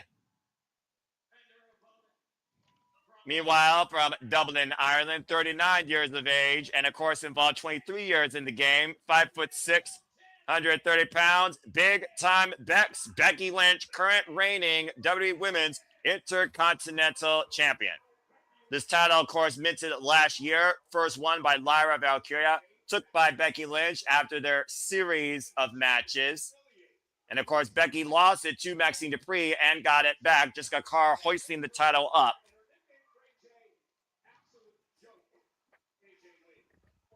course, Becky Lynch, though, has been taking cheap shots against AJ Lee every chance she could get on the mic and behind her. Bell rings are underway for this women's Intercontinental Championship match and this first time ever one-on-one affair. Bell rings. Again, is Becky Lynch going to be able to see herself in the mirror if she taps out to AJ Lee here tonight again and loses her championship? She's gonna be disappointed. But how is Chicago going to feel? We've heard Chicago knows how to throw a riot if AJ Lee loses tonight. Let's throw a riot. That's why I said she might win the match, but not the title. But you know as well as I do, Walter, the biggest detriment to any wrestler is ring rust. And yes, AJ Lee came back. She's been in the ring now 3 times officially. But besides that, Becky has been a constant. Why she still believes that she is above everybody here. Becky Lynch has been the non-stop consistent worker. She's no stranger to this atmosphere of Chicago that has definitely booed her out of the building before. And it's not just her saying it. ESPN has said it. I can do this. Go ahead, keep saying the publicity. How about no DQ, why don't you? Just say it all, why don't you? She wrestling with a jacket on? She gotta be hot as shit. Or is that just the whole gear? Oh, okay. It's probably just the gear itself. Yeah. AJ Lee, no stranger to winning gold here in Chicago. One of her earliest championships wins here was in Chicago, of course. A former 3-time Divas champion, of course. Held that title. A cover here. Get a kick out. Dude, why have they been 400 days combined? Oh, look I'm at so this. mad Hold at that pop, WWE. Walter. Deep roll up. And 2 count. There we go. I thought she was trying to do the widow's peak with the way she wrapped her leg before she did the cradle. Disarmer in the toe pig, and Becky Lynch thrown all out of sorts. And to your point, I think Becky was definitely aware of that urgent situation. I'm pissed off that they keep mentioning the butterfly belt. Like, don't even bring that shit back into the atmosphere. Walter, you know as what I do. History is history, no matter how bad history is. But the bottom line, it doesn't deny the competitor that AJ Lee was the only woman in a Divas era. Oh yeah, around. she had her own pipe bomb about it. And she was 110% right. Oh yeah. Probably one of the only reasons I cared about WWE during that time. And a hammerlock applied here, and look at this. Continuing the pressure now on the modified Kimura. High on the toes in the last chancery position, almost a modified Muda lock. Even Becky Lynch grounded, of course. This is the first time Becky Lynch has ever faced AJ Lee to this degree. I like the ground attack, AJ. They're kind of champion on line. Becky sent to the outside. Of course, the championship can only change hands via pinfall or submission inside the ring. Championship showing a little bit of frustration. And of course, with AJ Lee, it is always a mental warfare. She's a little pissed off that AJ got the best of her, and AJ's just skipping along. And AJ Lee, for that example, went on her own mental journey. So this is just as much as a challenge to AJ Lee for herself than it is for the match against Becky Lynch. Of course, Becky Lynch called Jessica Carr one of the most crooked referees in the history of WWE as of late. About to say, how many referees can you say have not been controversial, especially in WWE? I'm just saying. But Jessica Carr, in my opinion, has been one of the most integral. Yeah. Nice takedown. It might be Dropkick. Becky's just looking for excuses. Well, that's just the excuse of humanity, right? Never take responsibility for your own actions. Booted AJ Lee down. Ow. There's some malice behind that. And again, Becky Lynch has been embarrassed by AJ Lee since August last year. Dude, that boot quarter's square, though. And Becky Lynch right now, remind everybody that she is the one that's on top. She's the man for a reason. Jessica Carr, of course, admonishing the champion. Jessica Carr was only taking 2 bumps, I believe, in her WWE career. Previously faced, of course, the person we interviewed last week, Brittany Blake in MCW before she became a WWE official. Oh, yeah, right now, still Becky trained. Lynch just absolutely hates AJ Lee, putting the booster in the corner. And Becky Lynch, though, she knows now that she's in control, so maybe it's a chance now that she can recompose herself. And Becky Lynch is the first ballot Hall of Famer. We can talk about the ego about Sports Illustrated, ESPN, No DQ saying she's the best of all time, but she has the accolades to back it up. She's beaten everybody. She's the woman that won the first ever women's WrestleMania main event. It's a cover now. Back press, look at the near leg. 2 count against Ronda Rousey and Charlotte Flair for both the SmackDown Raw Women's Championships. No one else can take that away from her. True indeed.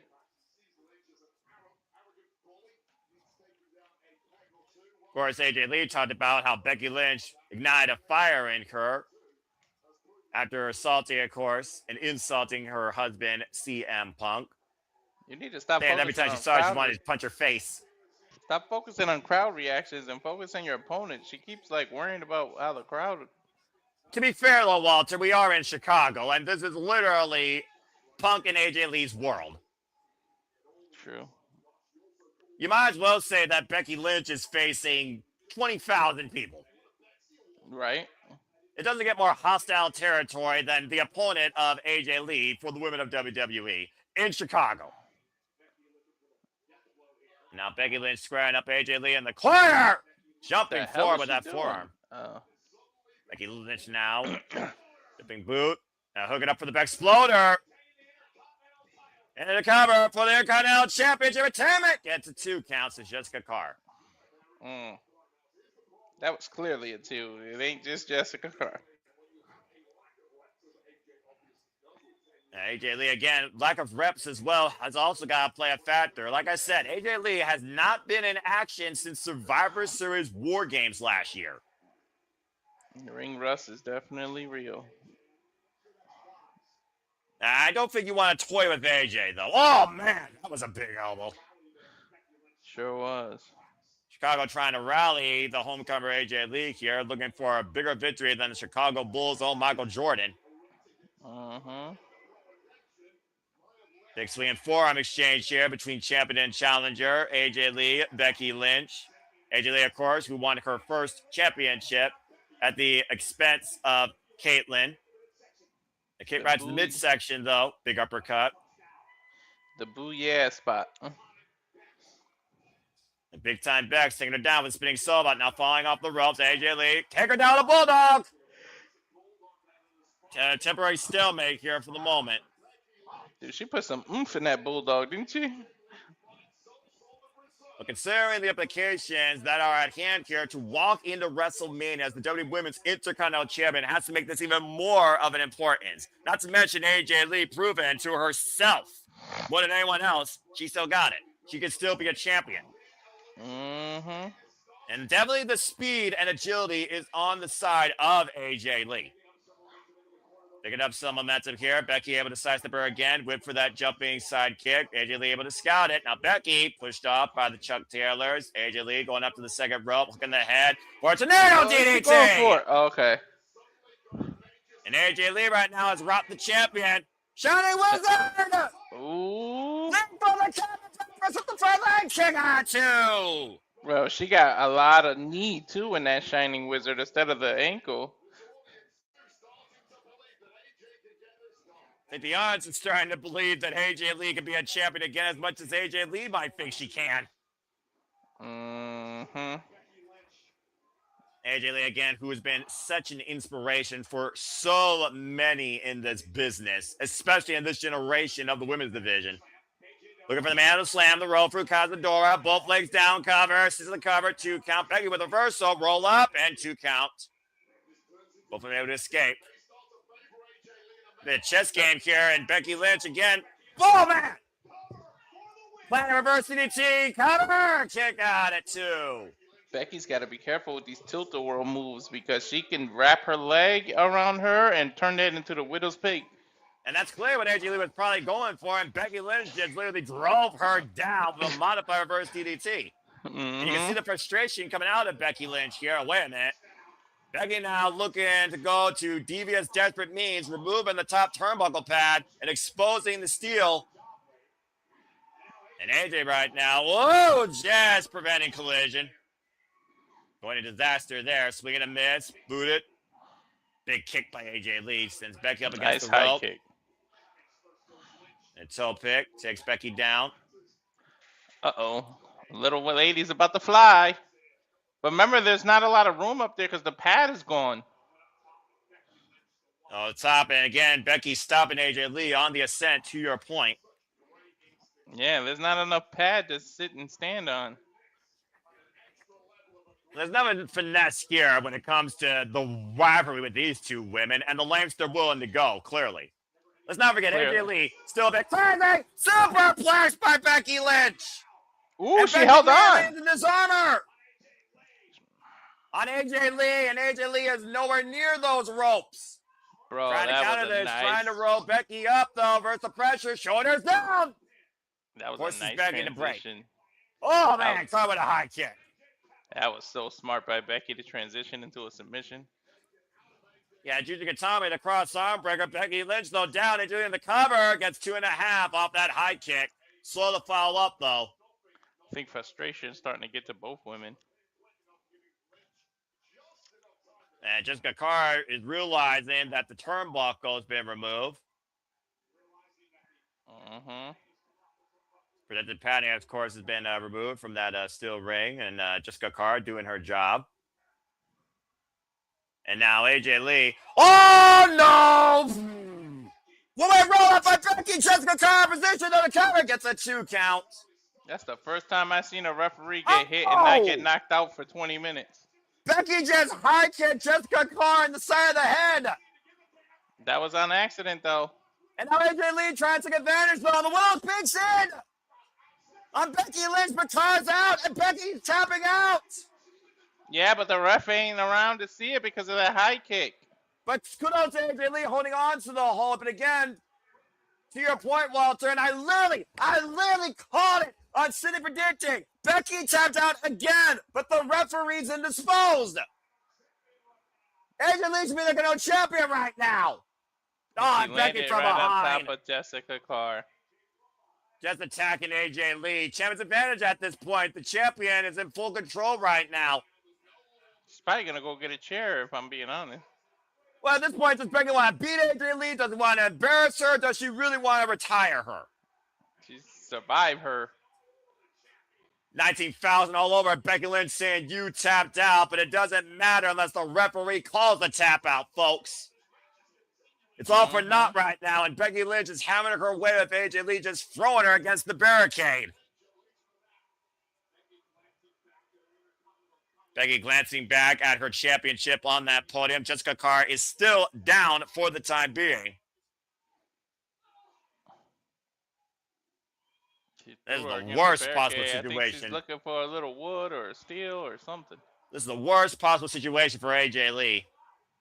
Carr is out of it, dude. Well, I mean, she got a high kick to the head, and to your point, AJ Lee fell on top of her to follow. What is Lee? Why is she putting the chair back in the ring? AJ's outside. Well, something tells me she wants to add further damage. And right now, AJ Lee fighting back here, though, as much as she fought against herself on this mental journey to protect her mentality and also reinforce it. Again, like I said, AJ Lee has not been involved in pro wrestling now for practically 11 years. Best-selling author, former booker for Women of Wrestling, a.k.a. WOW. Oh, my God. Becky into the barricade hard. Dude, that was like forehead first, bro. That could have gave her a stinger. Sending Becky Lynch back inside the ring. Might I add, that turnbuckle is also still exposed. Back elbow strike. AJ Lee trying to create separation and find momentum here. Hooking Becky's head, seeing the chair. Oh, man, face first. I think her knee hit the chair. Yeah, I think your knee hit the chair. Oh, implant DDT on the steel chair. Becky gets rid of the evidence now, trying to wake up Jessica Carr. Carr gaining consciousness. AJ Lee might be down and out. Probably going to hit her with the manhandle slam and cover her. Yeah, no kidding. What's an exclamation point? The cover by Becky and kicked out by AJ Lee at 2.5. Oh, shit. Didn't expect that. And Becky can't believe it, to your point. Becky can't blame Jessica Carr for that one. Becky Lynch thought she had everything planned and dead to rights, and AJ Lee is still in this fight.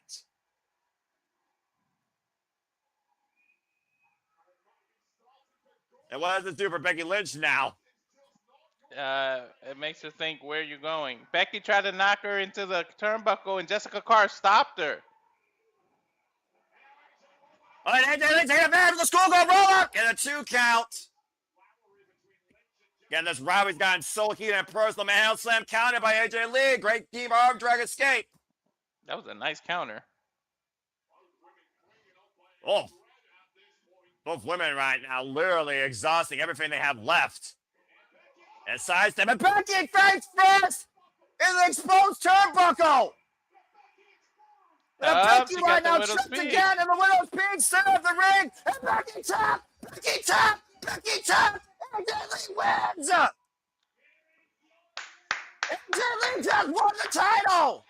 She won the IC title. And again, she made her tap out to the Widow's Peak. AJ Lee is a champion once again in the WWE. Twice in one match, she made her tap out, no? Her first championship in 11 years. Well, I got that wrong. Talk about a hell of a homecoming for AJ Lee.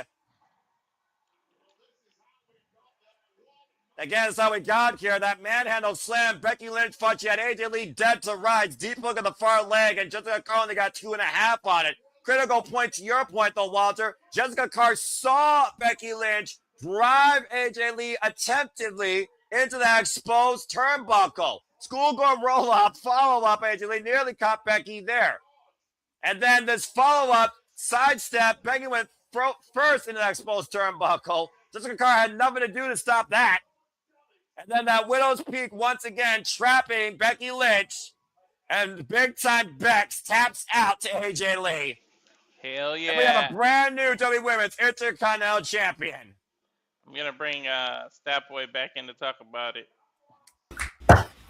Wow. I'm glad to get that one wrong. I think this is what I'm going to do some research on this one. I think this is maybe the third time in 3 matches where Becky has tapped out. I'm not certain if this has happened before. If anyone wants to put that in the comments, go right ahead to help me confirm it. I mean, we know Triple H beat Batista 3 times in a row, and I believe pinned him, but I don't think he ever tapped out 3 times in a row. So that's a stat worth finding. I'm glad I got this one wrong. Way to go, AJ Lee.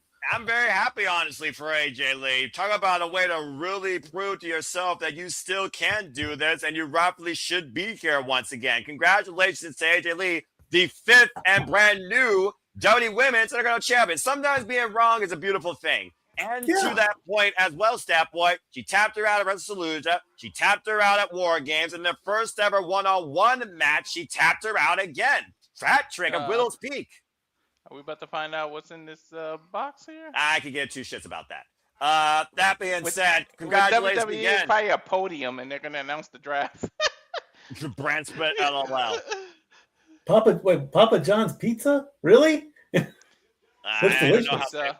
I don't know how big that pizza brand is, but I know who's bigger than AJ Lee in Chicago might literally be the Second City Saint himself, as CM Punk will defend the World Heavyweight Championship next against Finn Balor. Is it the most obvious match in WWE history, or does Finn Balor ruin WrestleMania as we know it? We'll find out this commercial break. Fuck television. I'll be right back, guys. I'm going to warm up the oven for a pizza myself. It was a Chicago-style pizza from Papa John's. Deep dish. You know what? Well, they got deep dish here in Toledo at Pizzapopolis. So, I mean, I'll go to Detroit, Michigan, and get a deep dish there maybe. But when I go to Chicago, I'll definitely have to try deep dish when we're there. Again, Stat Boy, Finn Balor, is there really a chance in hell, Michigan, versus Chicago, Illinois, for Finn Balor to beat CM Punk tonight for the World Heavyweight Championship and somehow make sure we do not see Roman Reigns versus CM Punk at WrestleMania? There is a chance, you know. I mean, in any life event, sports, politics, 50-50 coin flip, there's always a chance. You know that. How big it is, it all depends on the executives. You know, if they want to have Finn Balor as the face of the company for a while, and put the belt on him going into Mania. If he can handle it, then yes. Otherwise, we continue on the course to the dream match, Punk versus Roman. Finn does need a bit of a redemption story. I mean, how long was it? He got the title and then dropped it the very next day. How long ago was that? SummerSlam 2016. Exactly. 10 long years. Practically.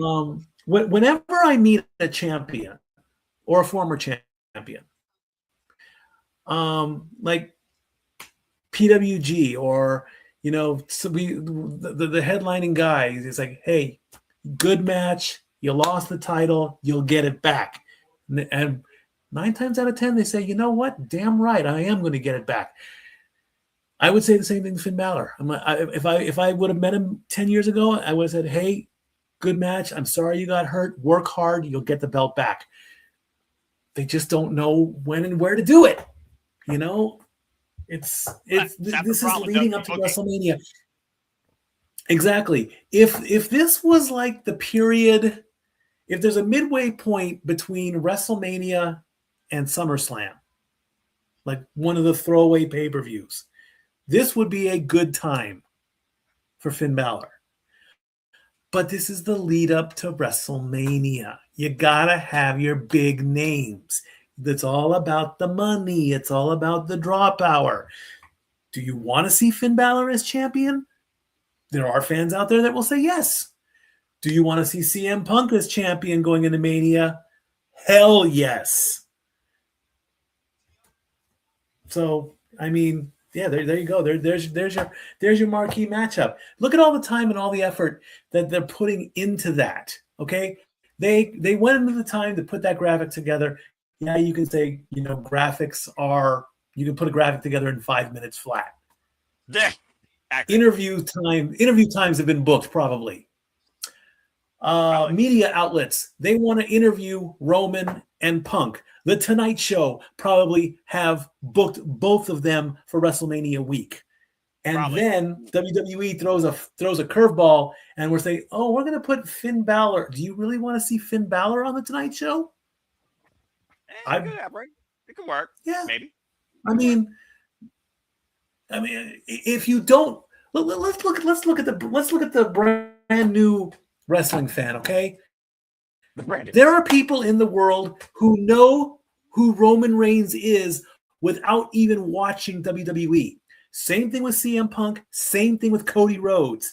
Those are your top 3 guys. You know those names without even sitting on your chair. If somebody's like watching the Tonight Show and they're like, tonight we've got Finn Balor. Who's Finn Balor? I'm not going to watch that. I'm not saying that's not a thing for Finn Balor. I would watch it. I would love to see everybody on the roster at one point be on the Tonight Show, because that's going to be the only show left in the nighttime ward. It's going to be Fallon and Kimmel back to back.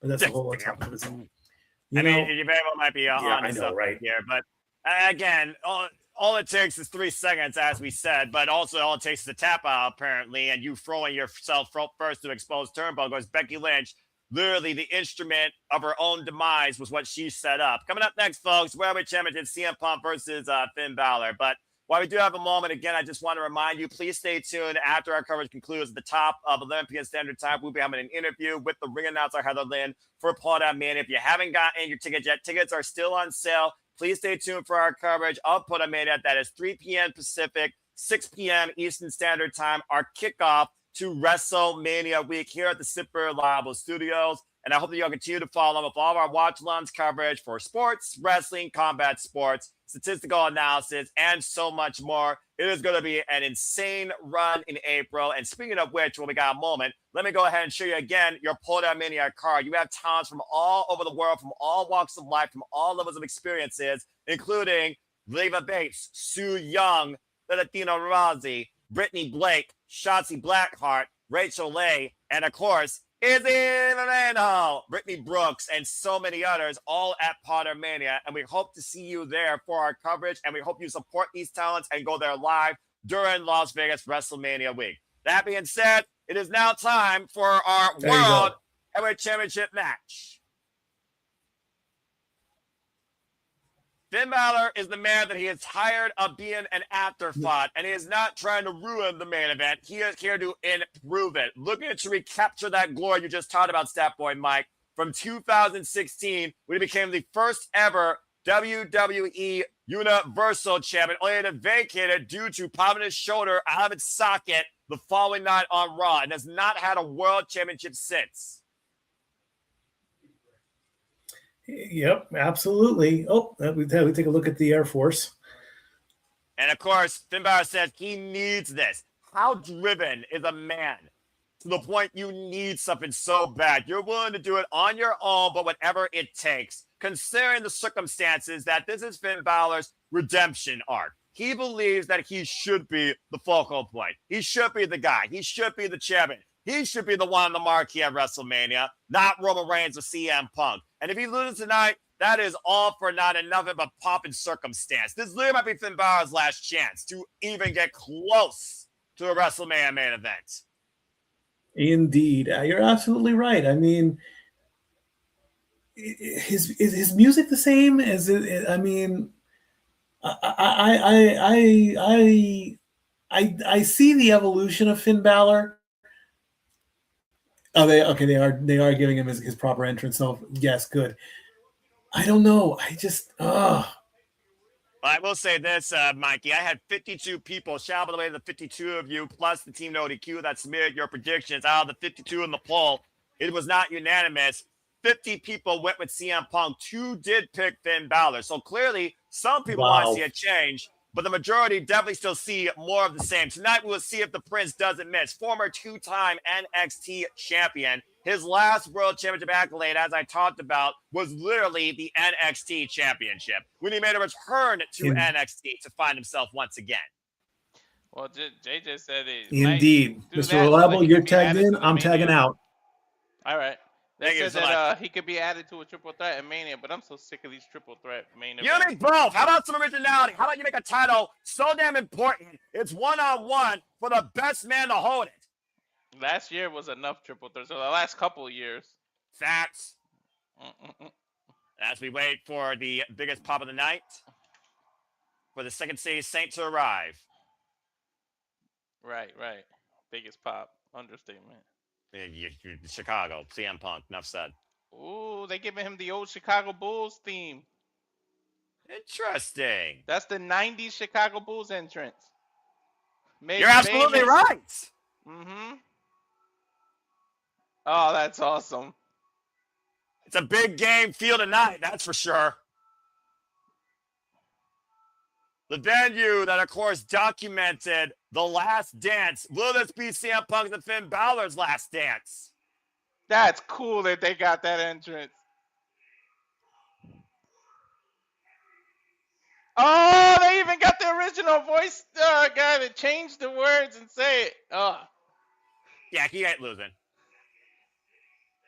They might as well that's have Jersey cool. up in the building. That's so fucking cool that they did that. Yeah, that is cool, I'll admit.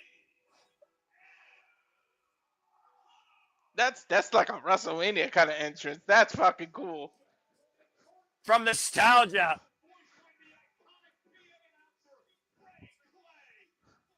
And to your point, that's Frank Claire, in case those are wondering. At this point, Walter, just hang a jersey with CM Punk's freaking title. They just did. They just did it. Well, virtually in the. I mean, for real. Yeah. This might as well be CM Punk's WrestleMania. Right. A guy that's eat, sleep, live, and breathe Chicago. They're giving him the Chicago Bulls 1993 entrance. Yeah. How's that for a culture person? How's that for changing the culture?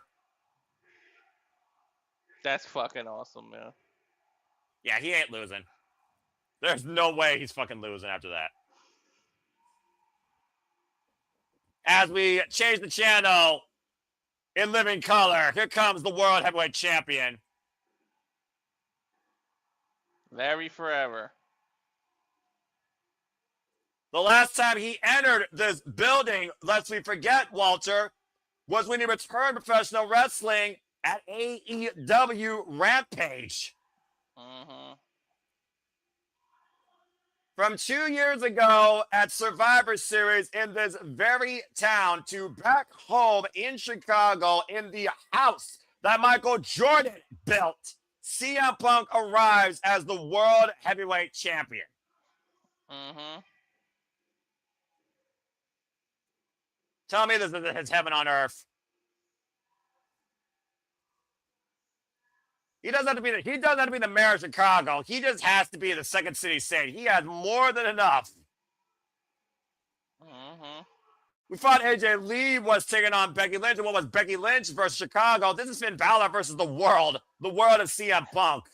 They didn't even show the meter because it probably would have broke. You're probably right. CM Punk has been a fighting champion now. His first WWE match in Chicago since June 2013. And his first career match in WWE in the United Center.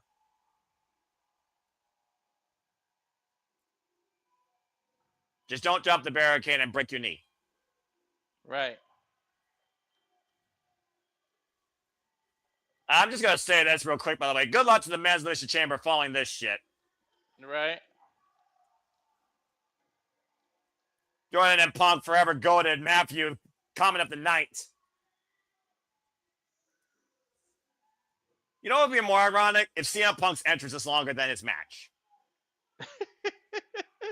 I just gotta be honest here, Walter. Finn Balor is going into a no-win situation. You never know, dude.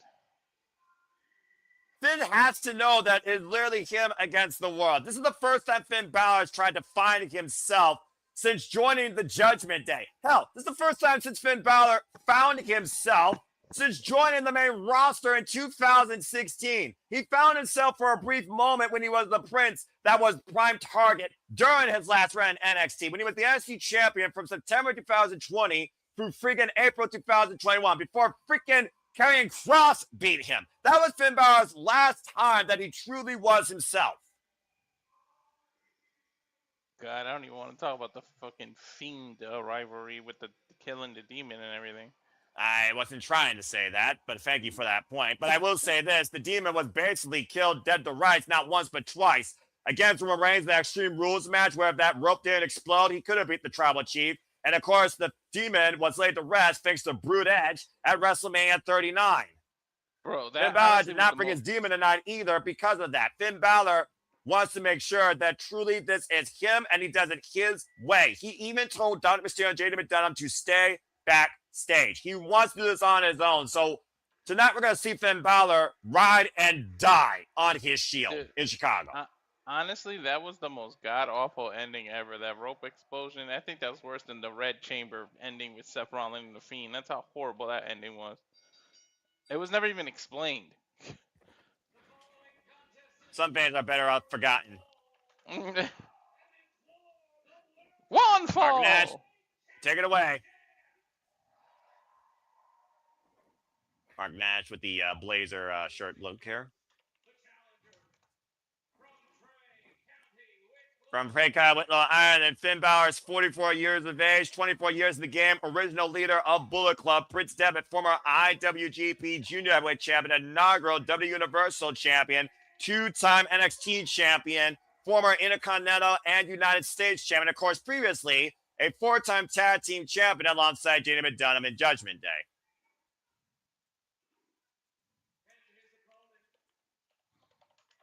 Meanwhile, CM Punk, who won this title out of happenstance due to Seth Rollins' injury, beating Jey Uso, has been the fighting champion of WWE Chicago's own. 47 years of age, 27 years involved in this game, trained by Fit Finley, Ace Steel, Dave Taylor, and Lord William Regal, amongst others. And there's our current World Heavyweight Champion, two-time now, 120 days.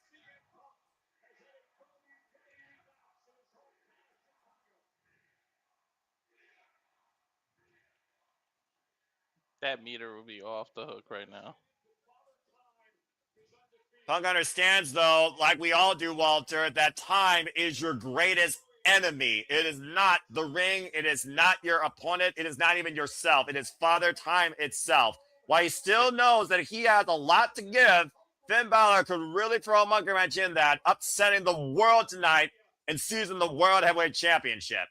There's a reason they have that figure of speech that Father Time is undefeated. Yeah, he's more undefeated than vacant, and that's saying something.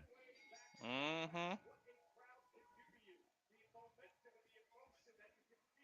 Finn Balor, of course, disciplined in Belfast Island, knows what a crowd can do, knows what the noise is about. John Cena said best himself, it's the noise that defines you more than anything else in this business. Finn Balor, CM Punk 2. Continental tie-up here. And I'm about to say, Finn Balor International, we're talking about Chicago Bulls, we're talking about the home game field advantage here, home versus away. How many times the away team won in any sport? So I'm not going to count Finn Balor completely. I'm also not going to discount the fact that anyone internationally knows how to handle this hostility or knows they're going to deal with this. But are we really in danger of one of the greatest main events in WrestleMania history for this? Or are we just, trying to change another main event that even AJ Styles says WrestleMania doesn't even have that same feel, pop, and circumstance anymore? And he just signed their WWE contract. Right. The full Nelson applied here, and both these men jogging for position right now in the full Nelson exchange. Signing another contract doesn't mean you have to not tell the truth. Look, sometimes you just got to quit being the corporate shill and just realize what things actually are. The cover of the roll-up, it's a 2 count here. WrestleMania is not the end-all be-all it used to be. And if Finn Balor was to win here tonight, I feel like many people in the WWE universe will echo that sentiment even more. I think people have been waiting for Roman Reigns to be the marquee singles match again. Some people, more than others, versus Finn Balor. Back elbow strike as the cover. Why Finn Balor's been an accessory, not even the leader, an accessory to the most extensive act in Monday Night Raw Monday Night Raw history. Dude, look at the focus on Balor's face. Cover. Well, Finn Balor knows he has to focus on CM Punk. He can't focus on the audience. He has to take the audience out of it. And Finn Balor said he's not trying to literally ruin the main event. He's trying to improve it. But more importantly, he's trying to find his own way to the main event. Mm-hmm. Who's got more doubts in their head right now, CM Punk or Finn Balor? Yeah, CM Punk talked about, again, how he's not justifying anything, risking anything. But we talk about, again, how Father Time could also be an element to him as well. Who's the pressure on more here, Finn Balor or CM Punk? CM Punk, who literally go into the main event for the first time ever as champion, or Finn Balor looking to go into his first ever main event WrestleMania? I think it's Punk, because Punk literally has everything to lose, and Finn has everything to gain. Oh! Back elbow, knee to the spine. Backbreaker over the knee. Again, though, Finn Balor, though, he has been involved in this spot for 10 years. Went pawn strike and just a cheap kick right to the front of Finn Balor. Now CM Punk fought up again, dropping the knee across the forehead. And he never disappeared and took a break to have to come back either. He's been there through all the ups and downs. Yeah, meanwhile, CM Punk took 10 years to get away from the business that made him sick in the first place, and it was due to the corporate office, not due to the brand. Mm-hmm. And some would say now he's Mr. Brand. He's Mr. TKO. To think, at one point, CM Punk once told a different champion, be the main event of a buy one, get one free extravaganza of a weekend, and CM Punk very well could be that 2 years in a row. True indeed. Up and over. The irony of words. Overhead shot there by CM Punk to Finn Balor. Now both these men exchange the ring. Of course, championship advantage here. Tiger to his hands. We have Finn Balor's mission inside the ring as you see that giant WrestleMania sign looming high above the arena. Mm-hmm. What a knife shot. Of course, last time CM Punk defended the championship was against the phenomenal AJ Styles in their first ever one-on-one encounter in WWE. And Finn Balor ruined it to a no contest, which raised the ire CM Punk to get him this match in the first place. Been a very slow, methodical approach here by both these men. Neither man looking to make a mistake so far in the early going. I don't think anyone can afford to make a mistake. Crowd counting along with CM Punk right now, who's teeing up against Balor in the corner in the overhead position. Finn Balor escapes, though. and drops CM Punk awkwardly against the ropes. The Irish whip off the ropes. Kitchen sink knee, takes CM Punk up and over. The irony of an Irish whip when it's done by Balor, huh? Right? The extra Irish whip. I'm glad you said it. I'm glad you said it, not me. Last time CM Punk, of course, had a match here in Chicago in WWE was for the World Heavyweight title when CM Punk was the WWE Heavyweight Champion against Chris Jericho in a Chicago street fight against his family at Extreme Rules 2012, and a stop to the midsection of CM Punk. Of course, following that, Chicago run involved QT Marshall and AEW, MJF in a 38-minute belter at the Wintrust Arena. And the last time CM Punk was involved here in Chicago was, of course, alongside FTR, defeating Bullet Club's Jay White and Juice Robinson and Samoa Joe on the first episode of Collision in the United Center. Kick to the CM Punk to the side of the head. And of course, you figure out again, Finn Balor is not only trying to slow down CM Punk, but of course, working the core for that coup de grace, that double stomp off the top rope.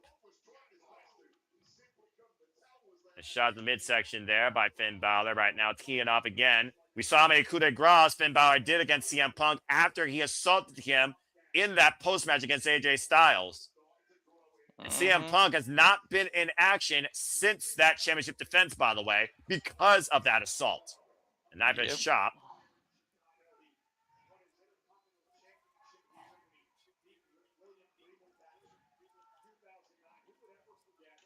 One of the earliest titles, of course, that CM Punk won, as I talked about before, with CM Punk's accolades. Former Ring of Honor World Champion, former AEW World Champion, 2 times over, by the way. And, of course, former Intercontinental Champion. Took that from Lord William Regal. Oh, here in Chicago, actually. And Finn Balor right now. CM Punk's looking for the running bull.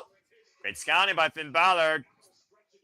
Abdominal stretch applied now in the middle of the ring. Again, further working on the ribs and core of CM Punk here. Driving his elbow into the ribs as well for added pressure.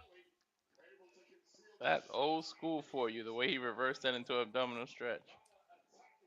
And look at the way Balor is rubbing his forearm across the ribcage of CM Punk, adding even further pressure to this hold on the most vulnerable part of his body, locking him center of the ring. It's smart. He's literally, they call it a stretch for a reason. He's literally stretching his ribs, stretching his shoulder, stretching his pecs.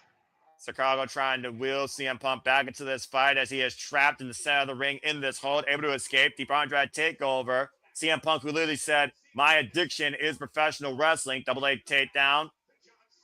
Looking for the sharpshooter possibly, and CM Punk pushed off by Finn Balor. Oh, both men collide, both men down. Both men had the same idea. And CM Punk is also looking for his own redemption at WrestleMania. Yes, he achieved his dream. He was a WrestleMania main eventer on night 1 in a triple threat, not concerning a title. But not only did he lose, he was stabbed in the back by his best friend that brought him into the business, it would seem, Paul Heyman. True. Just now when he Balor in control. Again. And in fact, Paul Heyman is not even involved in any way whatsoever with CM Punk or Roman Reigns, who literally might main event this year's WrestleMania. Well, he had a vision last year, and now that vision is all half, like 80% injured. So and that vision turned to vapor real quick, didn't it? Right. Punk, though, getting the better of Finn Balor in this exchange, beating Balor to the punch quite literally. And the Irish whip reversal, Finn Balor set up the ropes. And CM Punk trying to rally here, trying to make a comeback. Ooh! Jumping knee strike in the corner, and the Bulldog finally connects. Well, there's that combo. Bitchin' CM Punk.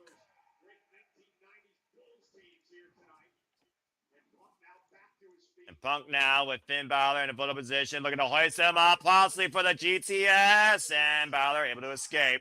Knows the danger of that move.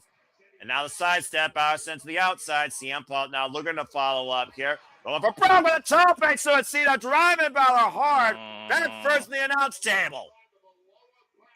Ouch. And now the lower back of Finn Balor, to your point. might be compromised against those newly enforced announce tables as we've seen. Those things are not built the same way as they used to be. Hell no. Of course, CM Punk, though, breathing much more heavily. You see the rising cavity on his core with the damage done by Finn Balor. Not just that, but over the last few weeks. You know Punk's not going to take a count out here. Mm-hmm. Especially in his hometown. Top rope. Off the top rope with the flying clothesline. Covered now by CM Punk with the far leg to retain. Gets the 2 counts. And what do you think Roman Reigns has figured about this, by the way? Do you think Roman Reigns actually cares if he takes the title from CM Punk or Finn Balor? Yes, he hates CM Punk, but he knows he can beat Finn Balor. What's Roman Reigns more fueled by at this point besides greatness? I don't think he cares, to be honest. Oh! Drive the elbow down, drives Punk down in the cover, gets a 2 count.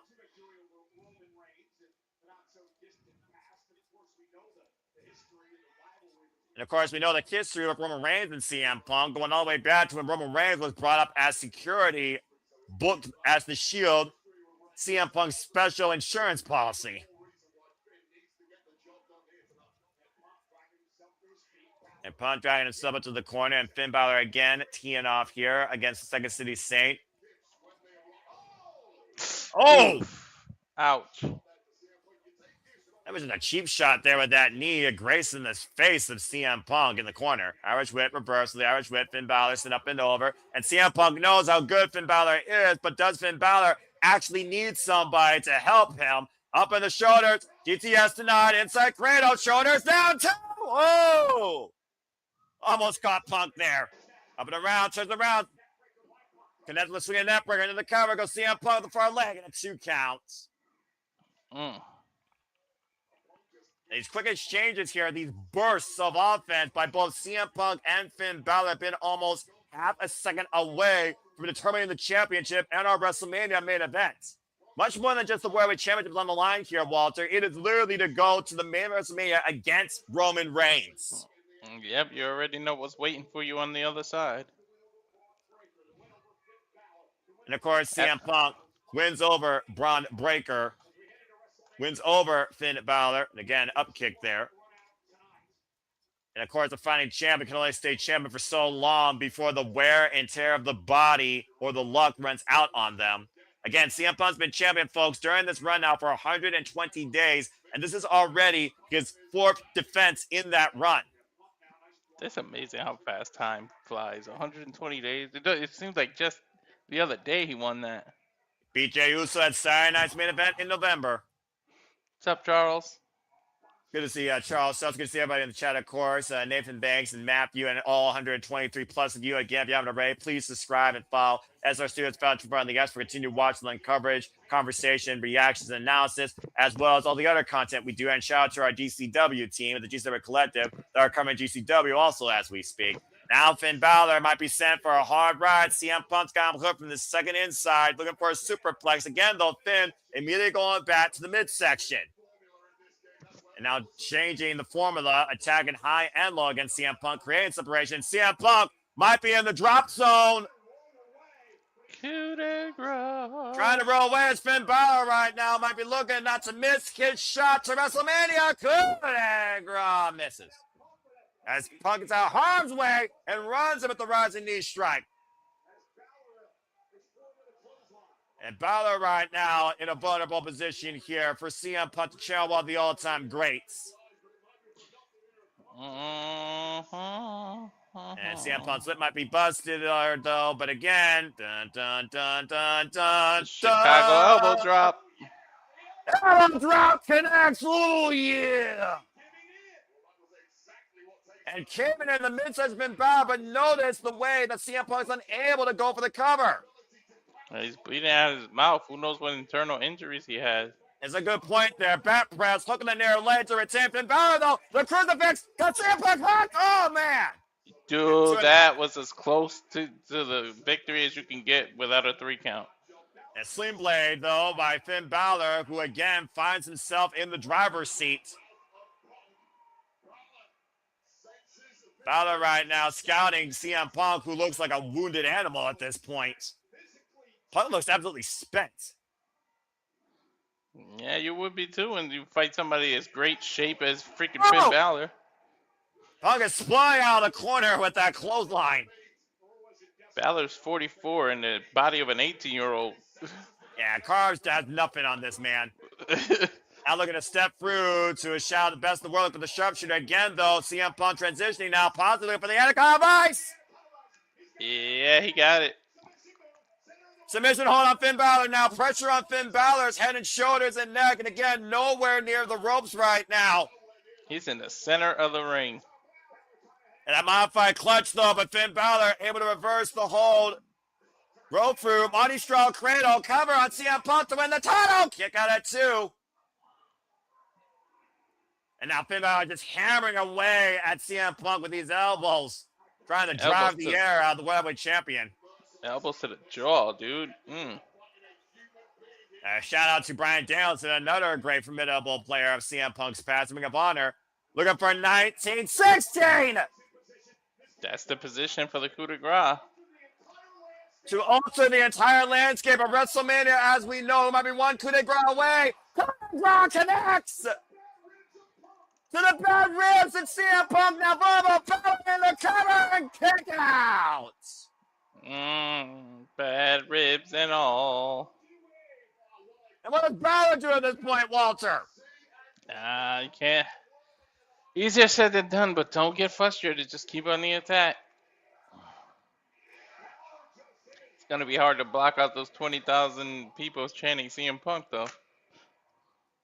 And that might be the only saving grace for CM Punk tonight to keep his WrestleMania dream alive for redemption in the main event as champion. We talked about, again, though, that JD and Dom Mysterio are here. I almost wonder if Finn Balor was figured about calling him down here. His desperation starting to sink in. CM Punk with a reversal on Finn Balor, hoisting him up. The Finn question Balor is, up in position, the shoulders. Got it, sleep connects. But Finn Balor falls to the outside. the question is, will they join Balor in celebration or in disappointment? Will they play a factor at all here in this match? As CM Punk was moments away from the win, he hit the GTS, but Finn Balor fell to the outside of the ring.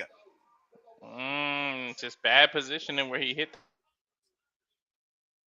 This is a turning point, though, here in this match for sure now. And right now, CM Punk, do you preserve your chance? Do you take the count, or does your pride get in the way? Do you continue the attack? Looking to send a statement to Roman Reigns. And what's decisive win, running up to Finn Balor, who catches him at Sling Blade on the floor. That's a heavy landing, too, for CM Punk on those pads that protect the building more than the participants. Finn Balor, once again, though, squaring up. CM Punk looking for a run-up here with a massive shotgun jawbone drop kick through the barricade. Good Lord! In the timekeeper area.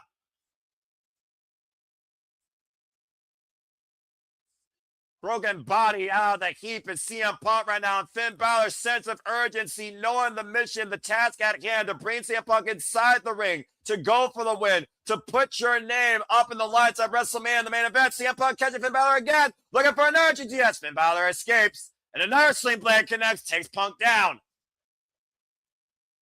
CM Punk has really been a step slower than Finn Balor for probably the entire duration of this match. And another shotgun drop kick connects. And once again, Punk in the drop zone.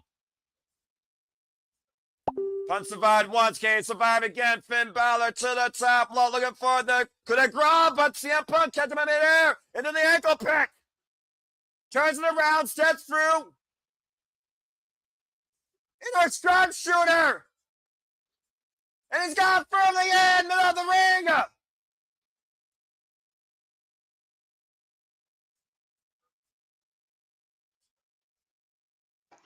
About Bret again, Hart all of a sudden. Bret Hart. And the battle long ago as Balor makes his way to the ropes. That was an incredible counter by CM Punk to the coup de grace. It was. And you know Balor didn't see it coming. But catching a falling Finn Balor, there was nothing he could do to stop it. Balor again, though, preventing the step over.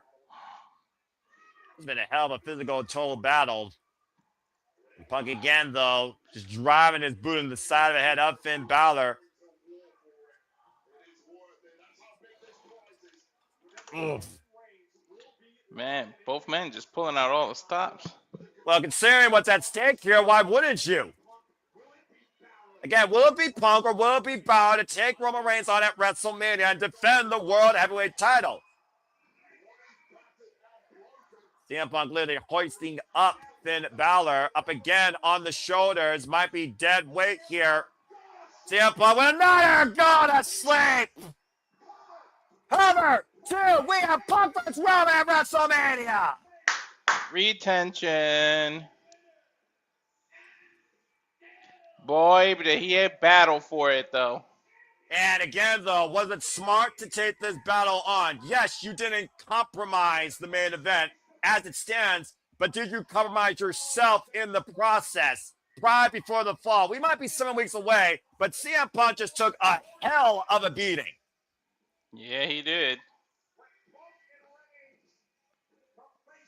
They're going to come face to face. On Monday Night Raw in less than 48 hours. The biggest main event to date in WrestleMania history is now official. CM Punk versus Roman Reigns for the World Heavyweight title. I'm going to bring Stat Boy back in here.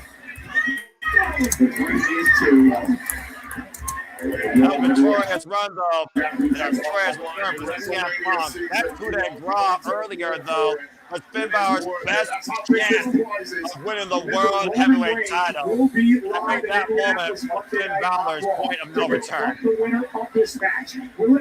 travel, counter move here in this match, though. That's that boy. Yes, the finisher at this point. Oof. And again, Matthew, predictability in wrestling is not a bad thing, especially when the predictability to the result was earned. And CM Punk earned that win here tonight, Chicago.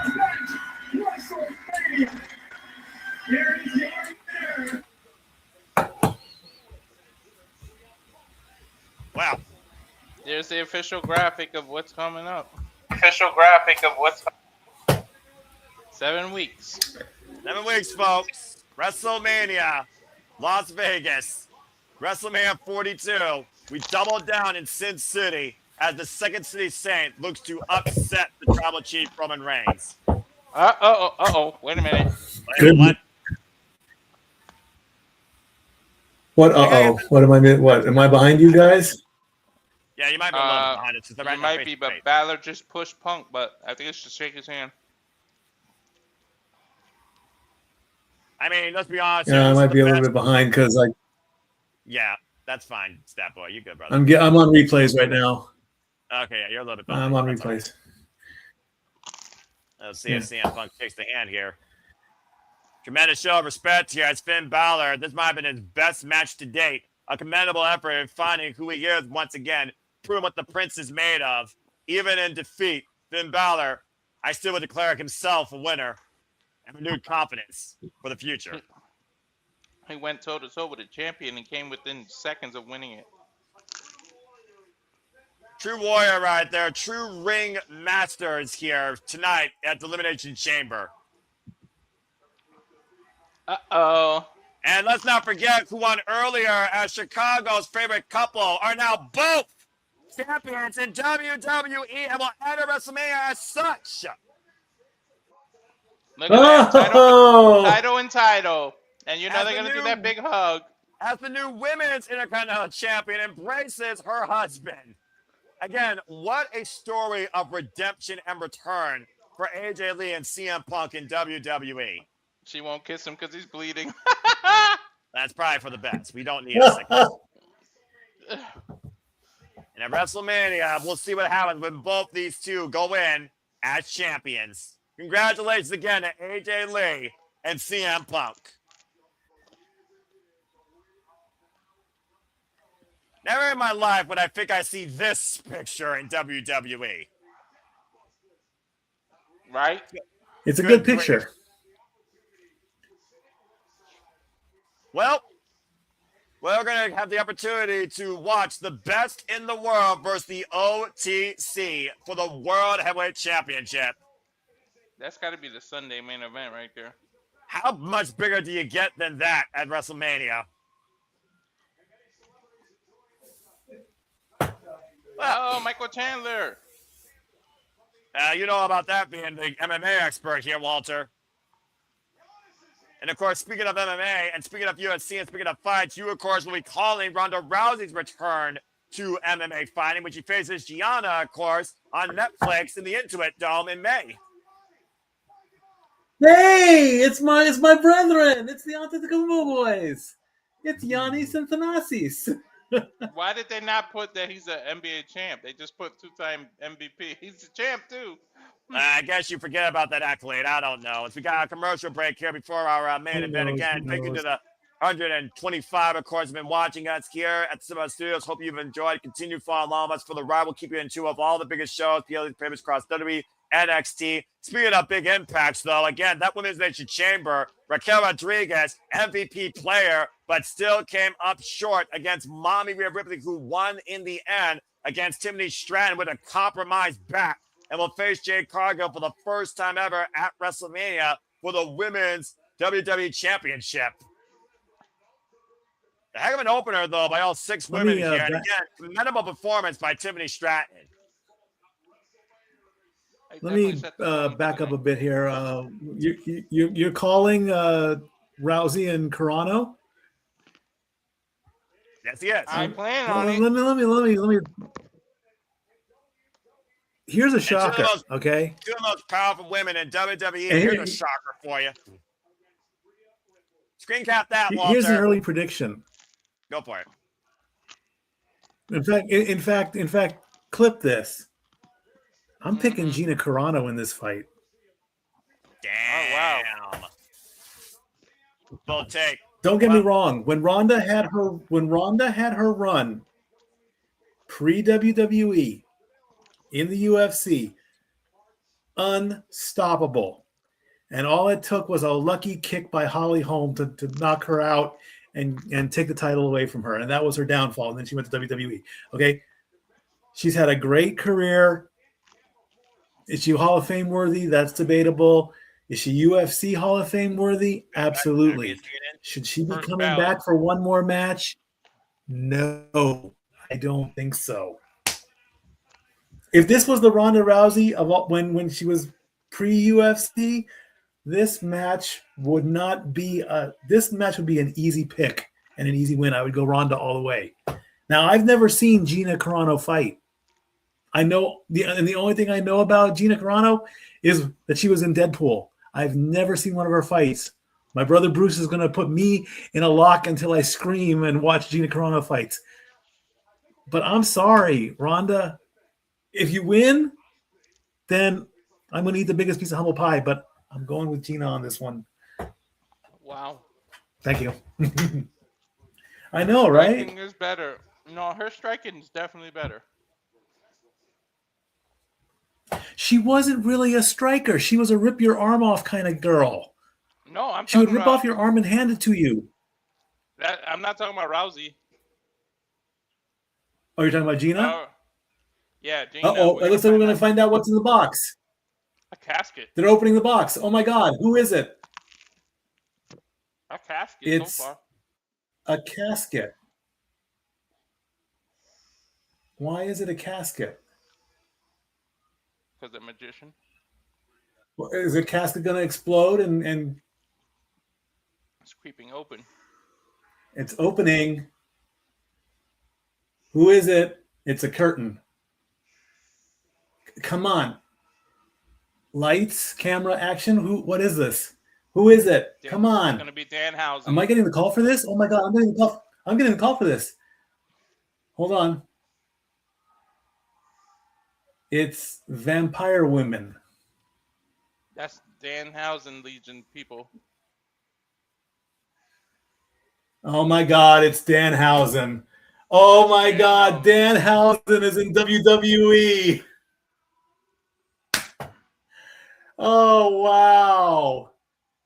Fresh off his AEW contract, Danhausen is making his official WWE Elimination Chamber appearance. And he got to keep his name because this damn sure does say Danhausen in the background. Yes, it does. I would have loved to have said this on Simply Predicting when I first heard a rumor of this. I don't know what they're going to do with him, and that worries the hell out of me. Whenever somebody big from another company comes in, I've said this about Jade. I know I've said this about Jade. I don't want this to be the same thing. Very evil, very nice. And now he steps into the ring with all of his dancers. Oh, should we close our eyes so we don't get hypnotized? No. Well, how about that? I got to call a big moment. How about that? How about it? I don't know if it's going to be in the Geek Box. Is that what the one that was? Yeah. I think I handled that pretty good for my first big moment call. Michael Cole. Oh, he's gone. Just like that, he's gone. Michael Cole's got the teeth. Ew. They got to recover from it. Because coming up next is the 6-man Elimination Chamber men's matches.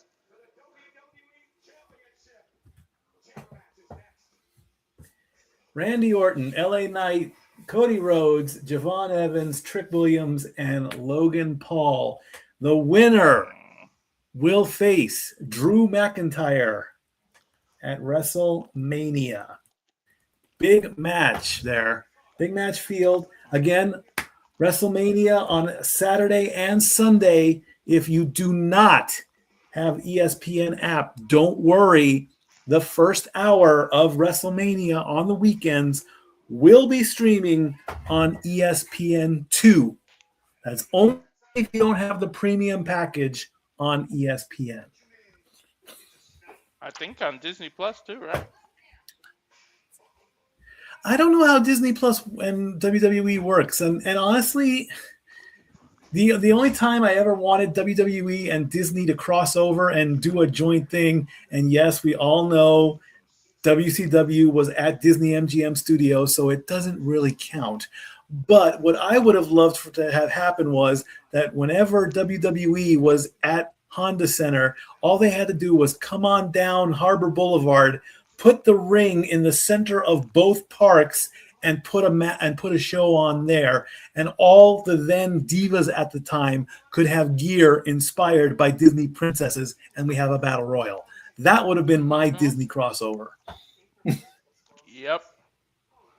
The Disney Diva Battle Royal. Because the Disney Diva Battle Royal, exactly.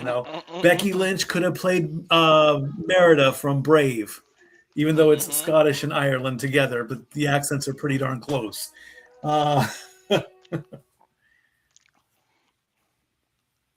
Any one of the Kabuki Warriors or anybody could play Mulan. Maybe we could go with Auska just because. And that's typecasting, and that's wrong.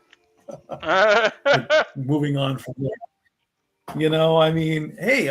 And there were moments where Disney actually was mentioned. You actually could say the word Disney and Disneyland on WWE programming. We know that Alexa Bliss is a Disney girl. I think Nia Jax is a Disney girl as well. Mick Foley is definitely a Disney boy. He loves Disney. I would guess that I would say any of the superstars that have children are Disney family. I would hope Cody and Brandy and Liberty are a Disney family. Hi, Sakharov. I'm sure the Usos and Roman and everybody with as many kids as they all have. Yeah, that'd be a good one. Yeah. But it's like, I would say that Disney and WWE are the top two franchise businesses in the world. I mean, WWE is global, Disney is global. So,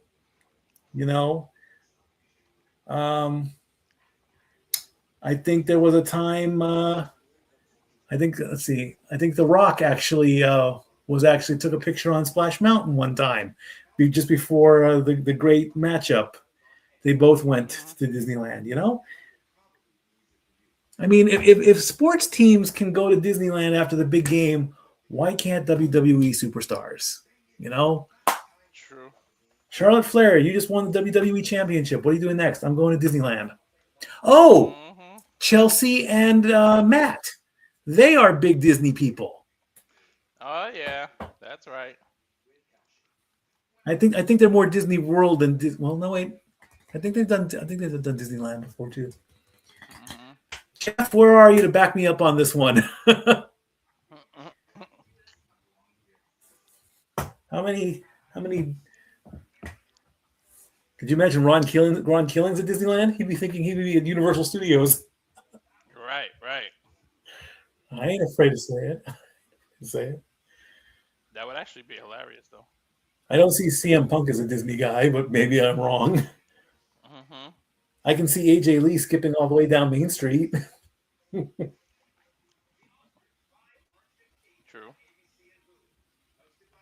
I mean, hey, we all know WWE did the crossover with Universal, Flintstones, Jetsons, and Scooby-Doo. It's now time for them to officially do that with Disney, I think.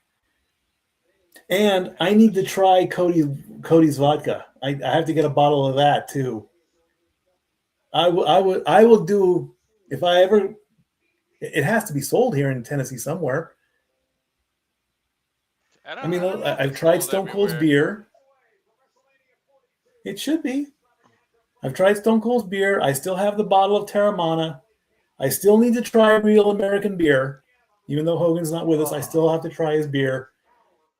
And I definitely need to have a bottle of Wheatley American vodka. 49 days away as the Black Stadium of Allegiance Stadium has the WrestleMania sign and logo on its facade just outside of Las Vegas. You have to go along the freeway there, and Allegiant Stadium is the first thing to do. Noah Foster is here. I'm tagging out. Enjoy the match, and catch you all later. Thank you very much, Stat Boy Mike's. Again, folks, we truly now are on the road to WrestleMania. You saw the times that will be live. You saw the special announcement that the first hour will be live exclusively on ESPN. Of course, it'll be on ESPN Unlimited for the entire show on Netflix International.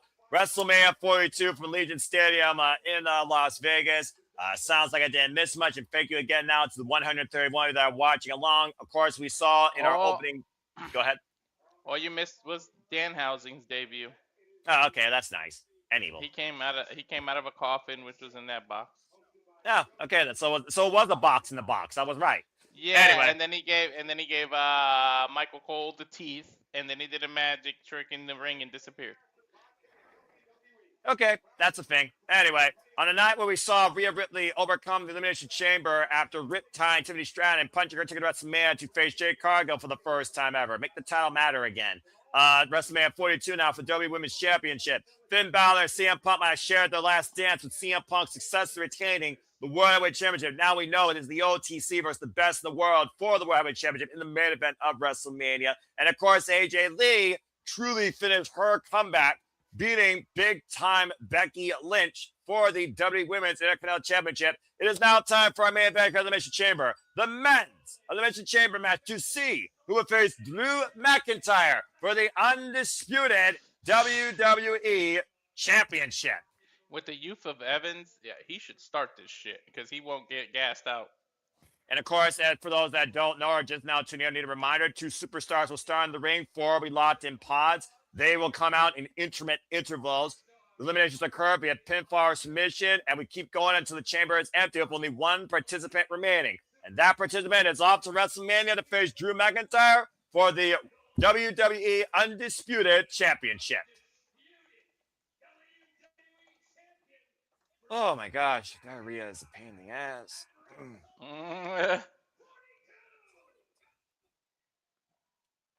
Oh yeah, and Jey Uso's not in it. Logan Paul took his place. Yep. Let's just call it what it is, Walter. Whoever's in that last graphic spot, you can put Becky in there. They weren't going to win. Mm-hmm. It looks like the first person coming out in his lemon pepper steppers is Trick Williams. Yep. What an ovation for the former NXT champion that has taken the main roster by storm since arriving on the scene in January.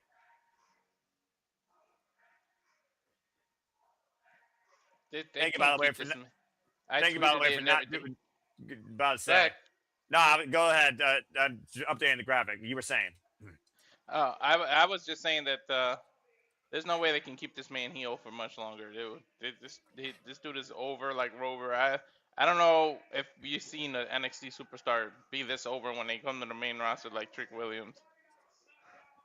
Not this quick and not this short of a turnover, especially in y'all's NXT. This is the first, in my opinion. And you think about first-round draft picks from NXT last year. Ilya Dragunov, Carmelo Hayes, Braun Breaker. None of them have captured the star power in a bottle like Trick Williams. And, of course, Trick Williams, let's not forget, last time he was here in Chicago, CM Punk was special guest referee for his match when he won the NXT Championship back against All Eagle and Page. Whoop that Trick. Uh-huh. Don't. I like it. Oh, I was going to thank you for actually having more of a brain than Booker T. Never mind, you lost it. You disappoint me. Well, 6'5" of this dude, or 6'4" 3/4, whatever the hell it is. Trick Williams qualified for this match, folks, beating Carmelo Hayes and Damian Priest, by the way. And this will be his first ever WWE Elimination Chamber match. This is his Chamber debut. Well, his fiance's a champion now. Let's see if he can get to WrestleMania and become one. I still can't believe the bougie bitches won the tag titles. Again, WWE. Why? Here's why. We don't give a fuck. Yo, wait till they go back to Memphis again with Trick. Because that's where Whoop That Trick originates from. Yeah, that's fair. He looks like a man that has no fear whatsoever for what's ahead for him inside the Elimination Chamber. We talked about before, Kiana James was very non-intimidated by this structure. And we'll see if Trick Williams can handle that as well, while he will be the first one locked up inside a pod. Trick is a sleeper, dude. In more ways than one. Oh, Drew McIntyre said that he wanted the SmackDown roster to come after him, and boy, did he make a list of enemies, and Trick Williams had no problem getting in the face of the WWE champion. Anxiety, claustrophobia. Whew. Yeah! Meanwhile, this guy, let me talk to you, should literally be already on the marquee, but everybody's saying his name. Yeah, this is who I hope actually wins. I didn't pick him, but I actually hope he does. My loins, they are a-tingling, and the Chicago faithful are full of Kavorka. L.A. Knight. Dummy, yeah. The sentimental favorite tonight, if we're being honest here, Walter, much to your and my point, of course. Yeah, man. Everybody wanted him to win all the money in the banks he's been in, man. Hopefully he can pull this out. We did see last night when Trick Williams tried to take his thunder and he got jaw-jacked in the jaw. LA Knight will also be locked up inside a pod. LA Knight qualified, folks, beating Austin Fury and Penta Ceramiero. I tell you what, they're going to all need Cero Miedo to be locked up in these damn pods. Well, LA Knight's no stranger to this. This is not his first Elimination Chamber match. And again, we talked about before, former Money in the Bank participant, former Royal Rumble participant. Let's not forget, this is a man that helped eliminate Brock Lesnar in this year's Royal Rumble. So he's owed something, in my opinion. Right. went into WrestleMania last year against Jigga Fatu, lost the WWE United States Championship.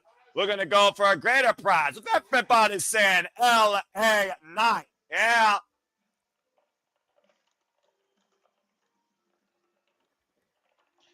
I would leave Javon to start it. I think Orton's probably going to come out next to be in the pod.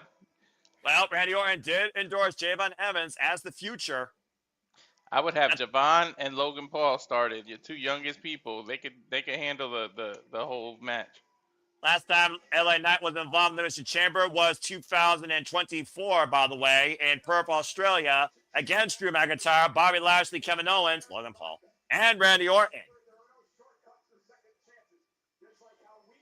Of course, in the chamber, there are no shortcuts. There is no escape. And, of course, we know after this, there's no second chance. You either win here or you can kiss that marquee goodbye. The last chance. And for those that enjoy American Wheatley Vodka, enjoy responsibly. Oh, nope. They're doing Logan. Well, who cares?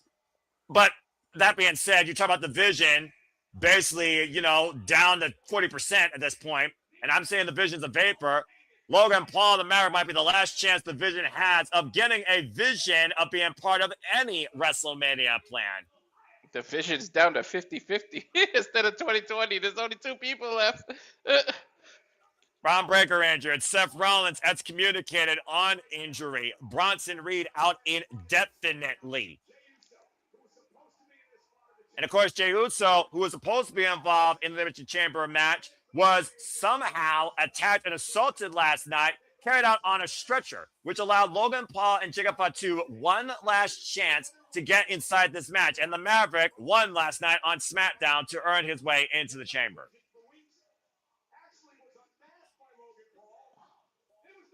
And, of course, we saw a masked man was unmasked last night on SmackDown. Was he the only masked man? Was he the masked man? Was he a decoy? Was he a plant? Your guess is as good as mine. But also talk about LA Knight. LA Knight's been hell bent on assaulting and also neutralizing the Vision since they took him out last month in December. Let's not forget, LA Knight eliminated the Vision single-handedly from the Royal Rumble. That man is a decoy and a half. That guy in the mask. It's somebody's cousin, somebody in the WWE. This will be Logan Paul's third Elimination Chamber match, by the way. Last time he wasn't involved was literally last year in Toronto, Ontario, Canada. I think we're going to hear voices next. So we got Trick Williams, Logan Paul, and LA Knight locked away in pods, which means our starters are either going to be Randy Orton, Cody Rhodes, or Javon Evans. It should be Javon Evans, the youth. This will be Logan Paul's third consecutive Elimination Chamber match, by the way. He's been part of each since 2024. Wasn't he writing on the glass last year? That's exactly right. I knew it. Oh, they're not going to let Orton start it. I knew it was going to be Javon. Considering Logan Paul and Randy Orton had their fallout last year over the United States title, it seems kind of poetic. Or 2 years ago, excuse me. And, of course, he will be the final man locked inside a chamber pod. Got your rules in your religion, all designed to keep you safe. Broken, you start questioning your... They're not copyright. Anyway, Randy Orton looking, of course, to go to WrestleMania for the 21st time and looking for his 15th World Championship. The first time he was involved in the Elimination Chamber match was actually the inaugural one in SummerSlam 2000. Excuse me, the second one in SummerSlam 2003. 10th career, most times ever spent in the Elimination Chamber. Yeah, he is definitely the one in here to look out for the most, with the most chamber experience. And he's won one. Longest tenured chamber participant here in WWE. To your point, the last time that he actually won the Elimination Chamber was back in 2014. Outlasting Cesaro, Christian, Daniel Bryan, John Cena, and Sheamus. Of course, that was on the road to WrestleMania 30, when he was the undisputed WWE World Heavyweight Champion. and the face of the authority.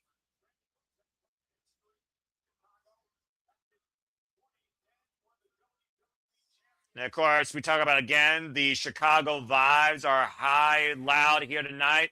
He won one of his world championships here in Chicago.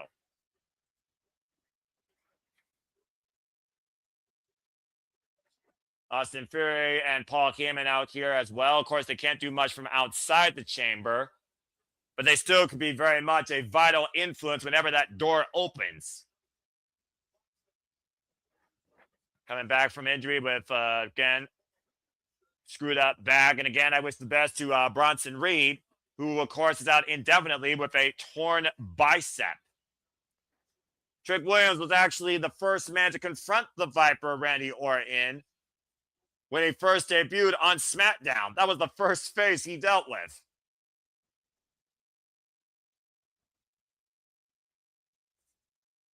And Randy Orton right now just scouting the chamber.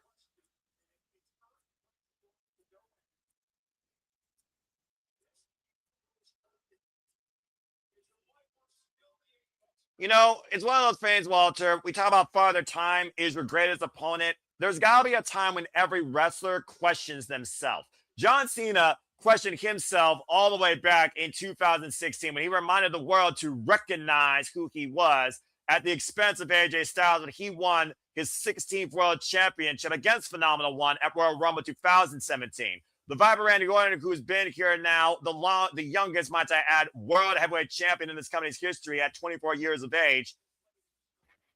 Wonder if I can still go as strong as I can in this part of my career. Again, the Viper is 45 years old, folks. He's been involved in this game now for 26 years. We just saw John Cena retire last year at Saturday Night's Main Event. You got to wonder if Randy Orton is wondering if Father Time's catching up to him at all. And you would think after that crazy shoulder injury, I think it was a shoulder, yeah. It was a shoulder injury. Mm. We've seen Aleister Black try to get in the head of the Viper, Randy Orton. Of course, Aleister Black now owes a pinfall win over Randy Orton thanks to Drew McIntyre's interference. As Randy Orton will enter the chamber for the 10th time, and this time will be locked inside a pod once again, waiting to be uncoiled.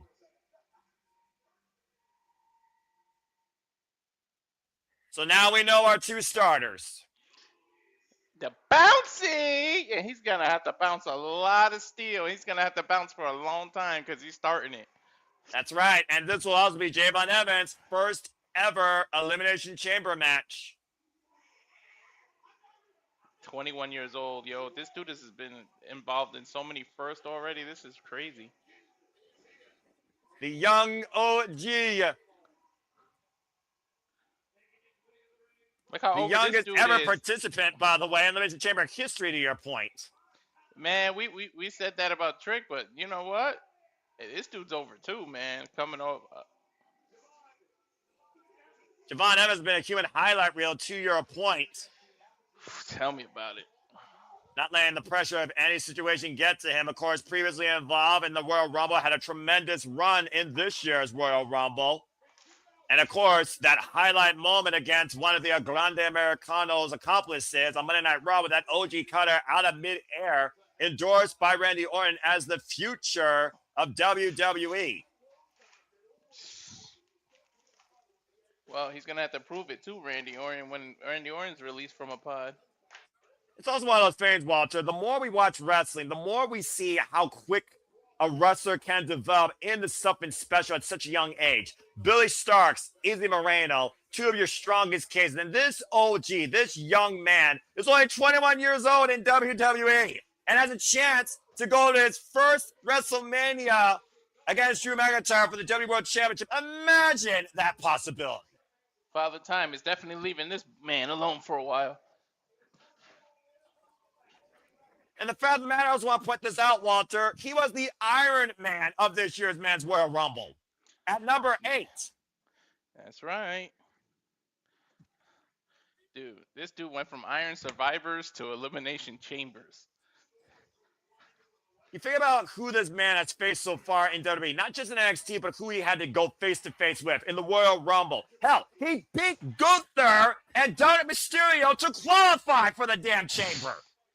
Crazy, He right? pinned the Intercontinental Champion to get here.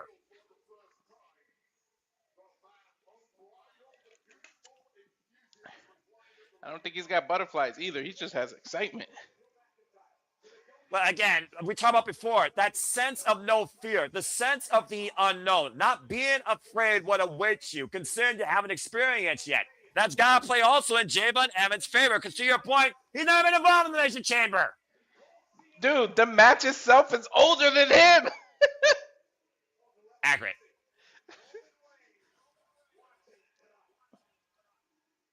And you know Roman Reigns has got to be watching the future of WWE before him tonight. Can you imagine what Roman Reigns feels about this young upstart? I know Logan Paul don't like him. Look at the way he's staring him down. The freaking flying skills of the Maverick and freaking Javon Evans might be a highlight reel waiting to happen here tonight inside the chamber. You almost feel like Javon Evans is in its own playground here with how far he could fly and how high he could bounce. Right.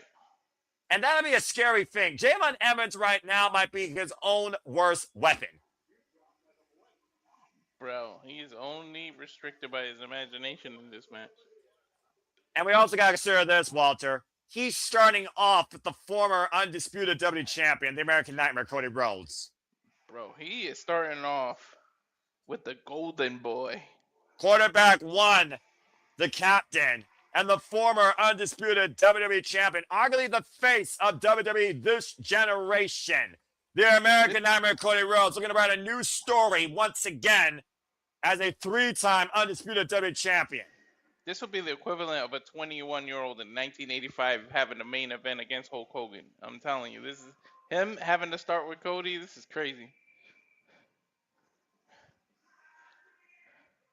We saw Cody Rhodes' story back to WWE when he became from undesirable to undeniable to undisputed, looking to go back to the WrestleMania main event picture. Yeah, the start of this match is truly the present and the future, seriously.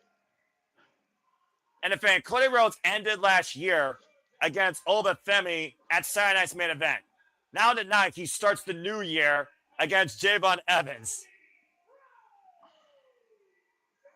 Cody Rhodes, who qualified, outlasting Sami Zayn and Jacob Fatu despite Drew McIntyre's interference, pinning Sami Zayn in that match. Yo, what if Sami Zayn actually screws Cody out of this victory? Well, to your point, Walter, Cody admitted he cannot 100% confidently point to that sign. This is going to be the first time since he returned home to WWE. He may not be in the main event of WrestleMania or even on the WrestleMania card, it seems. Mm-hmm. Yeah, because when he first came back, it was against a mystery. It was Seth versus him. Seth Rollins versus Cody Rhodes, WrestleMania 38. Cody versus Roman, WrestleMania 39 and 40, both nights. WrestleMania 41, Cody Rhodes versus John Cena. WrestleMania 42 could very well be Cody versus Drew, or Cody may not be part of the card at all. Mm-hmm. And questions have to surround if quarterback one can still be the player you rely on. Bro, I just thought about that. Can you imagine if Sami Zayn screws Cody out of this? And of course, this is the first time we're seeing this Cody Rhodes inside the Elimination Chamber. This is not the previous Cody Rhodes we used to know in WWE. Remember, last year, he came out and got assaulted by The Rock and John Cena because he was the champ. Oh, yeah. Ring that bell. The reigns were officially underway for the men's Elimination Chamber match. 4 minutes, 55 seconds until our next participant. Who's going to WrestleMania to take on Drew McIntyre for the Undisputed WWE Championship? This is Cody Rhodes' third Elimination Chamber, by the way. He was first in 2009. Canelo tie-up. Oh, was he in the god-awful Intercontinental one? No, he was in the World Heavyweight Title Elimination Chamber and the qualifying Elimination Chamber 6-way Battle Royale, actually. So technically speaking, this is actually his second Elimination Chamber. The other one was a qualifier one. Yeah. Again, the experience level here is going to play a huge factor, not just with Cody Rhodes' tenure in WWE, but the participants inside the chamber. Javon Evans is facing all of those factors tonight. Face first goes Javon. The cover. I don't even think Evans Cody was. I don't even think Cody was 21 on his first run. Probably right. Javon Evans, who's only been involved in the professional wrestling business, by the way, for 8 years. Schoolboy roll up by Javon. It's a 1 count here. Both these men right now starting off quick, trying to eliminate one another. Because, of course, the more buys that come into play, the harder it is to get elimination or survive elimination. And again, you see Paul Heyman and Austin Theory watching on ringside. Whoa! Nice escape by Javon. Up and over, and Javon bouncing off the ropes, taking Cody over to take over Tierras. That's Hurricane Rana here, bouncing off the top, and Cody again taken up and over by Javon Evans. And your boy's bouncing early. Right. Whoa! And flying with the knee. Here's the cover, hook the far later, and then Cody gets a 2 count. The chamber is his playground, dude. You were right. There is no angle that Javon Evans can't bounce from or ricochet off here to get some sort of offense in. Tell me about it. The ropes are his best friends. That's a rare thing to say for any wrestler in this business. All right. But we'll see if Shane is his friend soon enough.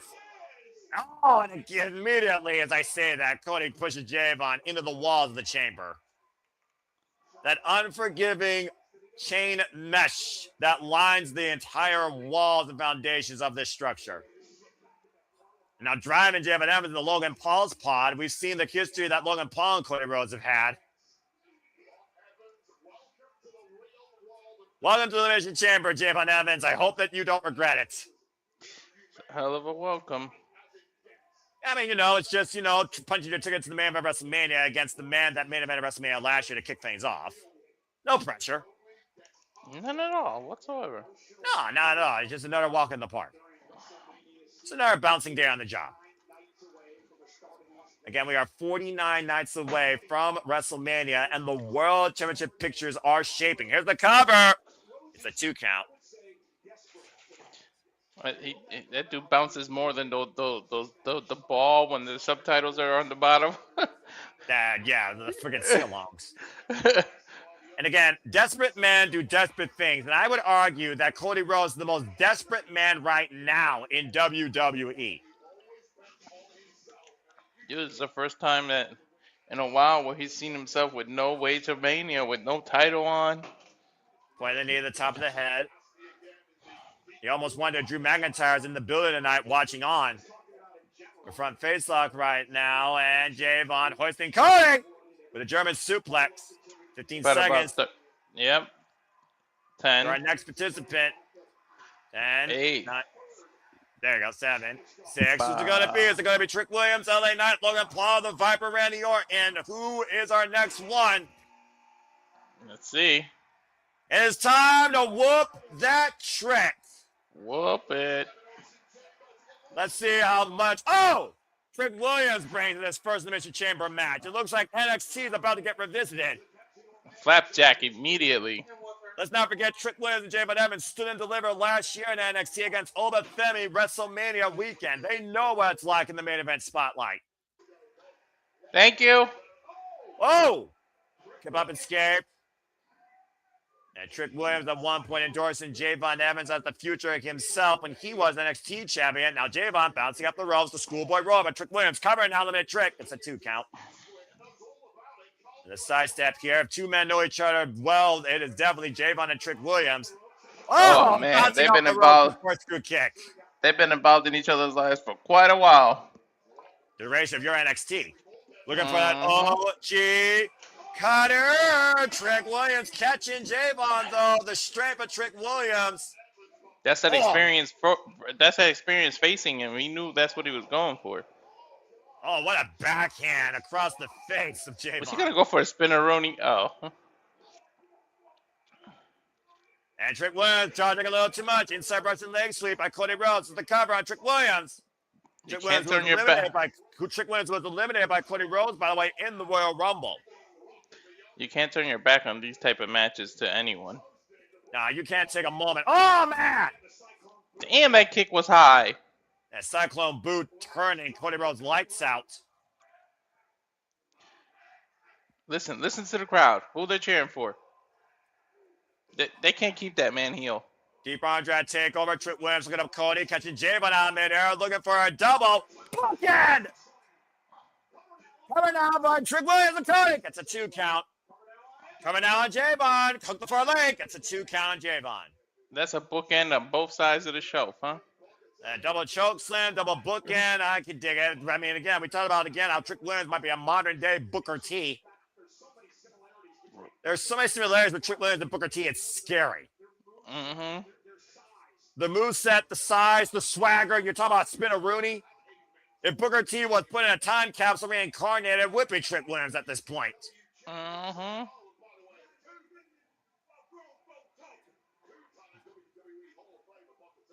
Booker T might need a DNA test. He might be the dad. And you know what? I think Roy might help with that. These men on the outside of the ring right now. Dangerous territory. Open palm strike. Cody Rhodes teeing up against Trick Williams. Again, Trick Williams, former 2-time NXT champion. Face first steel match. Super kick by Javon Evans, though. Action fast and furious and heavily impactful here. And Javon lining up Trick Williams. 15 seconds to our next participant, though. Fired up bouncy Malloy. 4th man to enter the chamber. No eliminations yet. It'll either be LA Knight, Logan Paul, or the Viper, Randy Orton. Who joins the fray? Come on, LA. Nope. And the Maverick, Logan Paul, has entered this wild exchange. Bro, there's a lot of youth right now. And immediately everyone attacking Logan Paul, much to the W Universe's delight. Again, incredible athleticism, deplorable human being, viral disease, and also social media influencer of the worst degree. They whooped that Jake. Wrong Paul, but I agree. And right now, Logan, Paul, not Jake. Yeah, Sorry, Logan. into his chamber. And out the other side. No one likes the Maverick in WWE. I don't care who you are. And I agree. Wrong Paul, brother. And Trick Williams and Cody Rhodes right now. Oh, man! Javon flies! Taking out both Cody and Trick. Not the way Logan Paul wanted to start this now, who just qualified less than 24 hours ago. I think it hurt his leg. It got caught in the panel. Oh, that'd be a shame. Oh, it got caught in one of the squares of the chamber at the end of that move. That's why he hurt his ankle. Well, we did talk about the Vision. Karma's a bitch, and the Vision turned to vapor. Oh, wow! Whoa, what the hell was that? That was like a modified Robinson special 2 count on Trick Williams out of the corner. Yo, he got to do that more often. That's got to be in his repertoire. That was a thorough kick. That was a cool-ass kick. Springboard corkscrew kick to the back of the head. Dude, the accuracy that he hit the back of his head with that. I've never seen a modified Robinson special like that. That was extremely impressive. You talked about before, the only thing that limits you inside the chamber is your imagination. Well, with Javon Evans, the only thing that limits him is his lack of innovation, and there is no lack thereof. The funny thing is, it looked like he didn't even think about it. Like, it just came out of nowhere, and he just did it. Like, sometimes you just try something and see if it sticks. Javon Evans and Cody Rhodes right now, the only 2 men inside the ring, squaring off against each other. Here again, folks, no eliminations yet. And no doubt, Javon Evans, former Deadlock Pro Wrestling wrestler, inspired heavily by the great aerial athletes of the past, including one, Will Ospreay. And Logan Paul with the Logan Lariat. Dude, is his back all cut up? Oh, no. Yes, it is. He's got a big welch on his back. Well, I mean, again, he was literally sent through his pod and crashed against the steel and those doors. And again, you can hate Logan Paul you want like I can, but the athleticism and the adaptability to WWE in such a short period of time cannot be denied when it comes to this social media megalogiant. Mm-hmm. And right now, Cody Rhodes and the Jabs teeing up against Logan Paul here, bringing his own southpaw, looking for the bionic. Oh, the throat thrust by Logan Paul. The son of a plumber. And right now, you may have to admire that Logan Paul is the only man left standing. 10 seconds left. Who joins the fray? The Viper, Randy Orton, that RKO'd him out of nowhere out of the Elimination Chamber 2 years ago, or LA Knight, who's been the Vision's downfall this year? He might have to slither out of that. Yeah! LA Knight. Remember, LA Knight said that he would be the Vision's worst nightmare, and so far this year, he has been. Oh, yeah, he got his own agenda in here, huh? Damn right he does. And of course, LA Knight beat Logan Paul for the United States Championship. Oh, man! 2 years ago at SummerSlam. What a hilarious. Yeah. Trick Williams, though, launching into the corner. LA Knight hit him with a jumping neck breaker. Of course, LA Knight's had this vendetta against the Vision since being tsunamied through a car. Mm-hmm.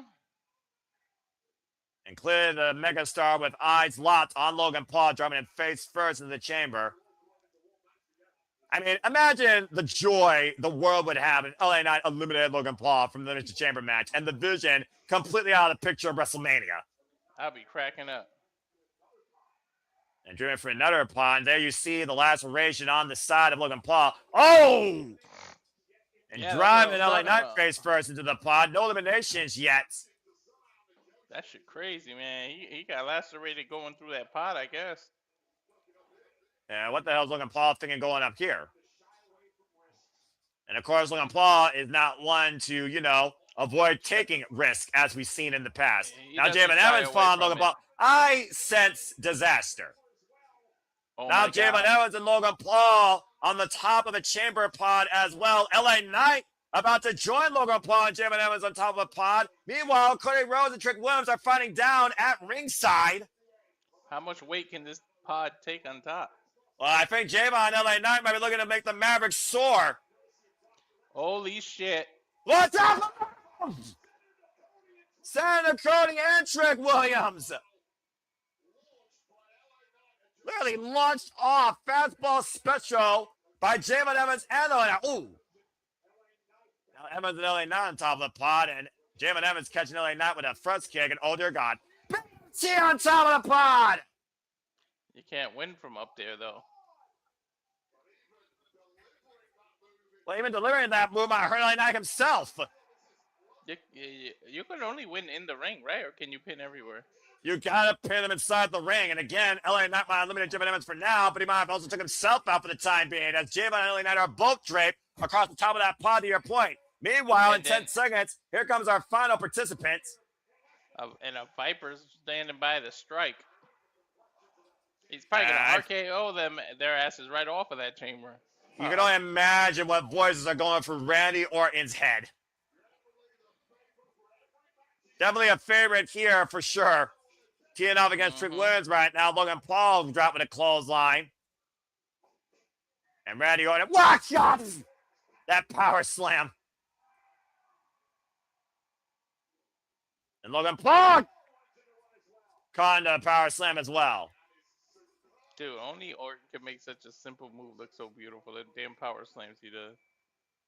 And again, right now, Randy Orton scouting Trick Williams, clothesline since Trick him over to the outside. And by the way, folks, we have all 6 men now in play. No eliminations. One of these 6 men is going to WrestleMania to take on Drew McIntyre for the undisputed WWE Championship. There was no elimination in the women one until all 6 were in too, right? Correct. And the first one was eliminated due to a poison mist spot by Auska. That was Alexa Bliss. Meanwhile, Randy Orton might be looking for a 2-for-1 special. DDT Vintage Orton. on Logan Paul and Trick Williams. There's 3 letters that usually follow this, Noah. And I think Orton is hearing those 3 letters very well.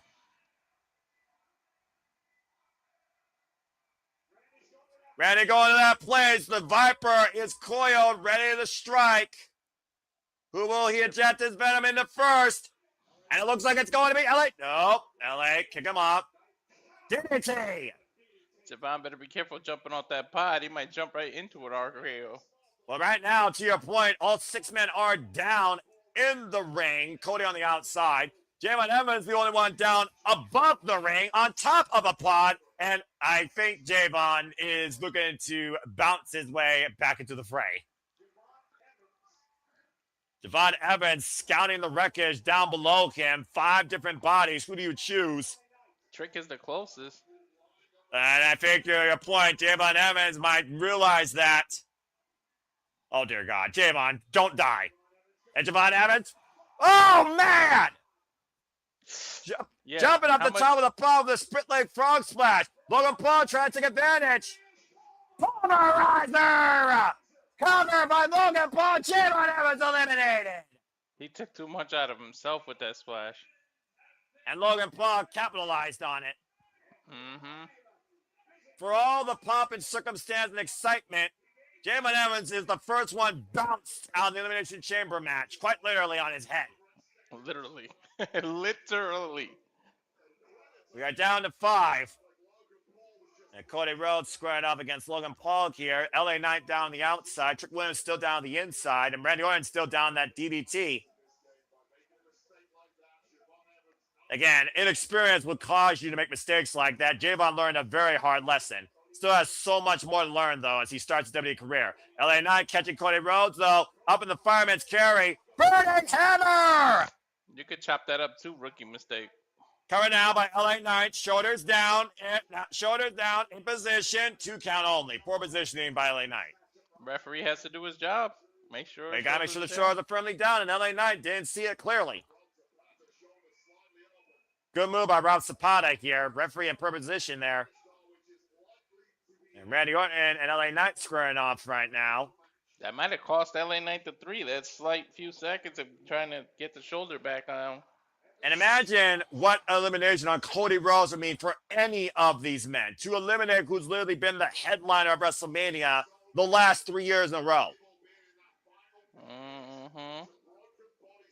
And of course, the value of being that final pop release is that you're the freshest competitor going in, and that plays right now in the favor of Randy Orton, who's in control. LA Knight gets the boot up, though. Mm-hmm. Stops Randy in his tracks, and Randy goes down. Got turned sideways there with that boot, it looks like. What does Knight do here? LA Knight. That jumping elbow thing, right? And possibly with everybody saying, LA Knight. Yeah, jumping up to the top, lost his footing. Botch. Walked in, though, and dropped the elbow on Randy Orton. Again, the danger of this close proximity match. Lower back, though, disfavored. Trick Williams did roll up. Gets that 2 count. Crucial error by LA Knight almost cost him there. And then bookend tonight. Deep arm drag takeover by LA Knight. Trick Williams missed again. Caught with a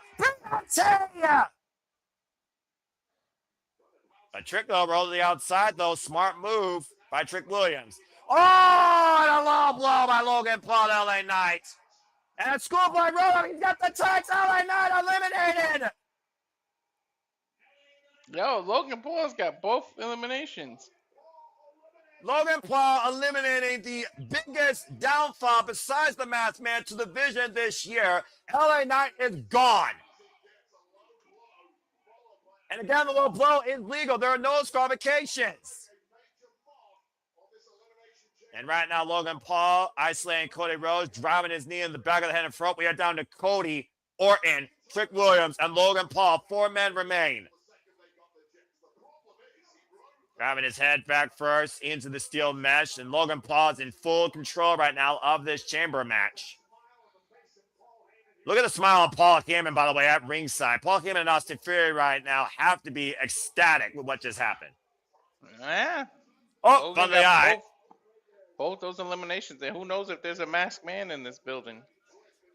And of course, Randy Orton has had his bad blood with Logan Paul going back, as I said, literally 2 years ago over the United States Championship. Kick to the mid-second stands Randy Orton right now against the Chamber. And now Logan Paul teeing off against Trick Williams. Of course, he got that titanium plate in that right hand. And it caught him that Harlem sidekick. And Trick Williams might be looking for a trick shot better than the Chicago Bulls in 2025. Sidestep. Logan Paul catching Trick Williams, looking for the brutalizer. Trick Williams able to escape. Cody Rhodes, though, hooking Trick Williams up in position for a crossroads. And Logan Paul sends Cody short up first in the ring post. Logan Paul, deep Logan Paul plays in the cover. Trick Williams eliminated. Dude, Logan has eliminated everybody who's been eliminated in this match so far. 3 eliminations to your points. This is Logan's match. And again, he just joined the chamber last night. He was a non-factor in this entire equation before last night's SmackDown. Mm-hmm. Knight, Evans, and Williams are gone. But we still have who everybody deemed as their favorite. 75% of my poll, might I add, in the American Nightmare, Cody Rhodes. And the primary second was ready. Wait a minute! There's a masked person, but why is he going to the top of the chamber? You can't get there. Well, what the hell is he doing here in general? WWE security trying to rip the masked man off the chamber and get him out of the building. We saw a masked man was demasked last night. What the hell is going on here lately in WWE? I don't know. The security right now not even trying to unmask this man. There they go. Who the hell are you? That is not the same guy as yesterday. That's some Adam other Pearce. random masked man. Clearly, But there's more than one that could be a masked man. decoy, a distraction, Noah, while I somebody see. else comes. Well, right now the chamber is still open as Trick Williams is being helped out of the chamber. I mean, again, you don't want anyone compromising the WrestleMania card. And this is for a Told you. No, masked man. I told you. Walking inside the chamber, security, turn around.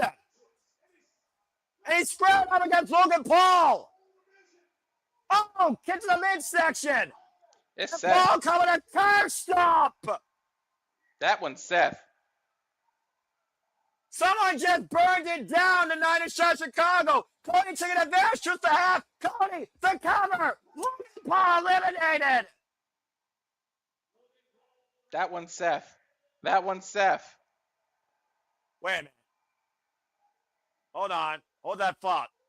It's Seth. Seth Rollins! The man behind the mask was the original visionary, Seth freaking Rollins! Just how Cody! Seth is back! Woo! Seth is fucking back!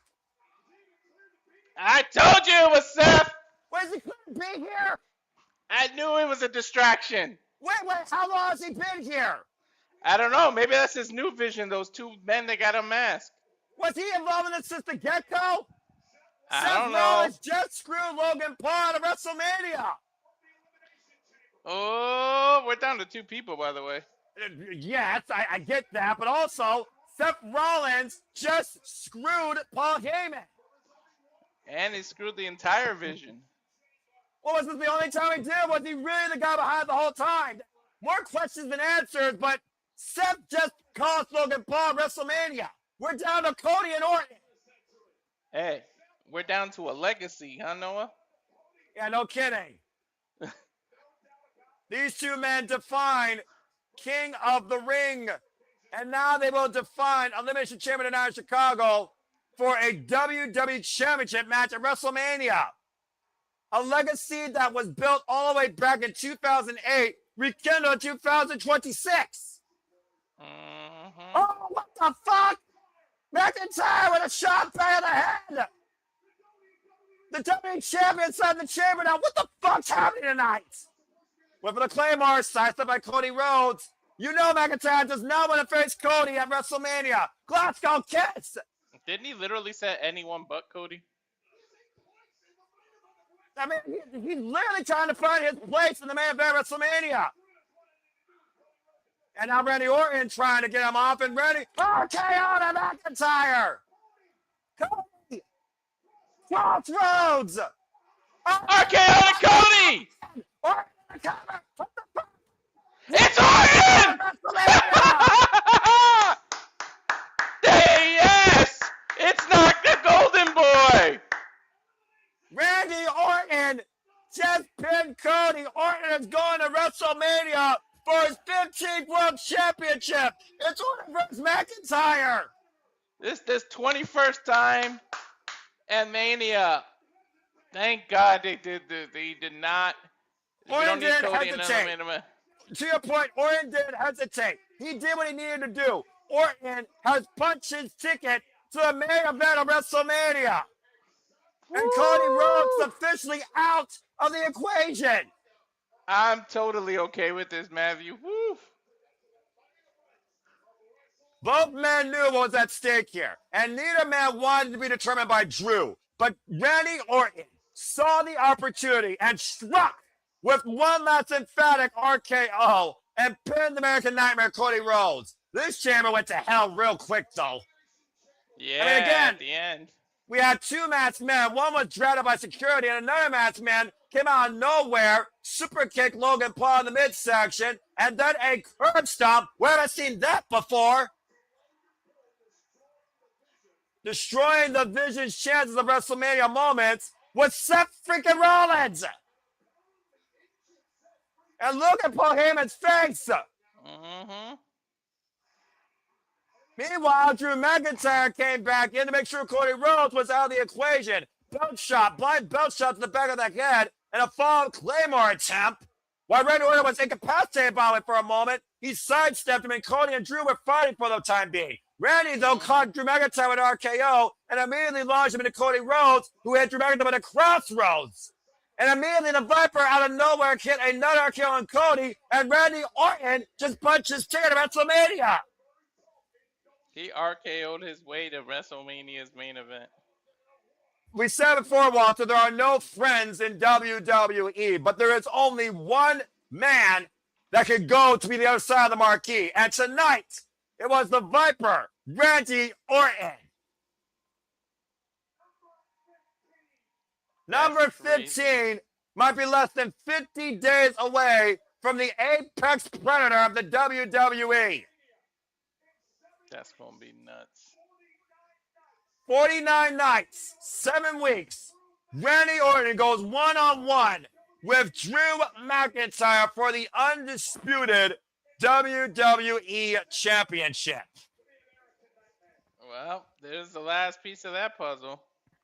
And it's also the last chance of Cody Rhodes going to WrestleMania. An insane night here at the Elimination Chamber where Randy Orton will collide with Drew McIntyre for the first time ever over a WWE title since SummerSlam 2020 at WrestleMania 42. And people are happy. Well, I'm sure everyone's happy except for the family of Cody. But that being said, the Elimination Chamber has eliminated the American Nightmare from the equation, and Seth freaking Rollins has eliminated the Vision from all chances of appearances. Where the hell we go from here? WrestleMania 42, folks. CM Punk versus Roman Reigns for the championship. Jay Carter versus Rhea Ripley for the WWE Women's Championship. Stephanie McMahon versus Liv Morgan for the WWE Women's Heavyweight Championship. And now Drew McIntyre versus Randy Orton for the Undisputed WWE Championship. What the hell is going to be added to that card besides those 4 matches? We have to stay tuned on the road to WrestleMania 42. But for now, we're going to bid you fine folks a fine adieu. We'll see you at the top of the hour for our Heatherland interview for Paul Media's ring announcer. Hope you see you there. For Walter Cruz, I'm Noah Foster. We are Super Liable. This has been the Elimination Chamber. Walter, welcome officially to the road to WrestleMania. And thanks you to all 222 of you for tuning in. Follow us. Make a positive impact in life. Have a good night. Cut the fucking feed. We'll see you at 11 p.m. Standard Time for the interview, shenanigans, and further discussion indeed. Wow, this show went off the rails quickly. Unfortunately for you, I think I know one of the WrestleMania matches is going to get at it. Let's not talk about that. Grande Americano versus Grande Americano mask match.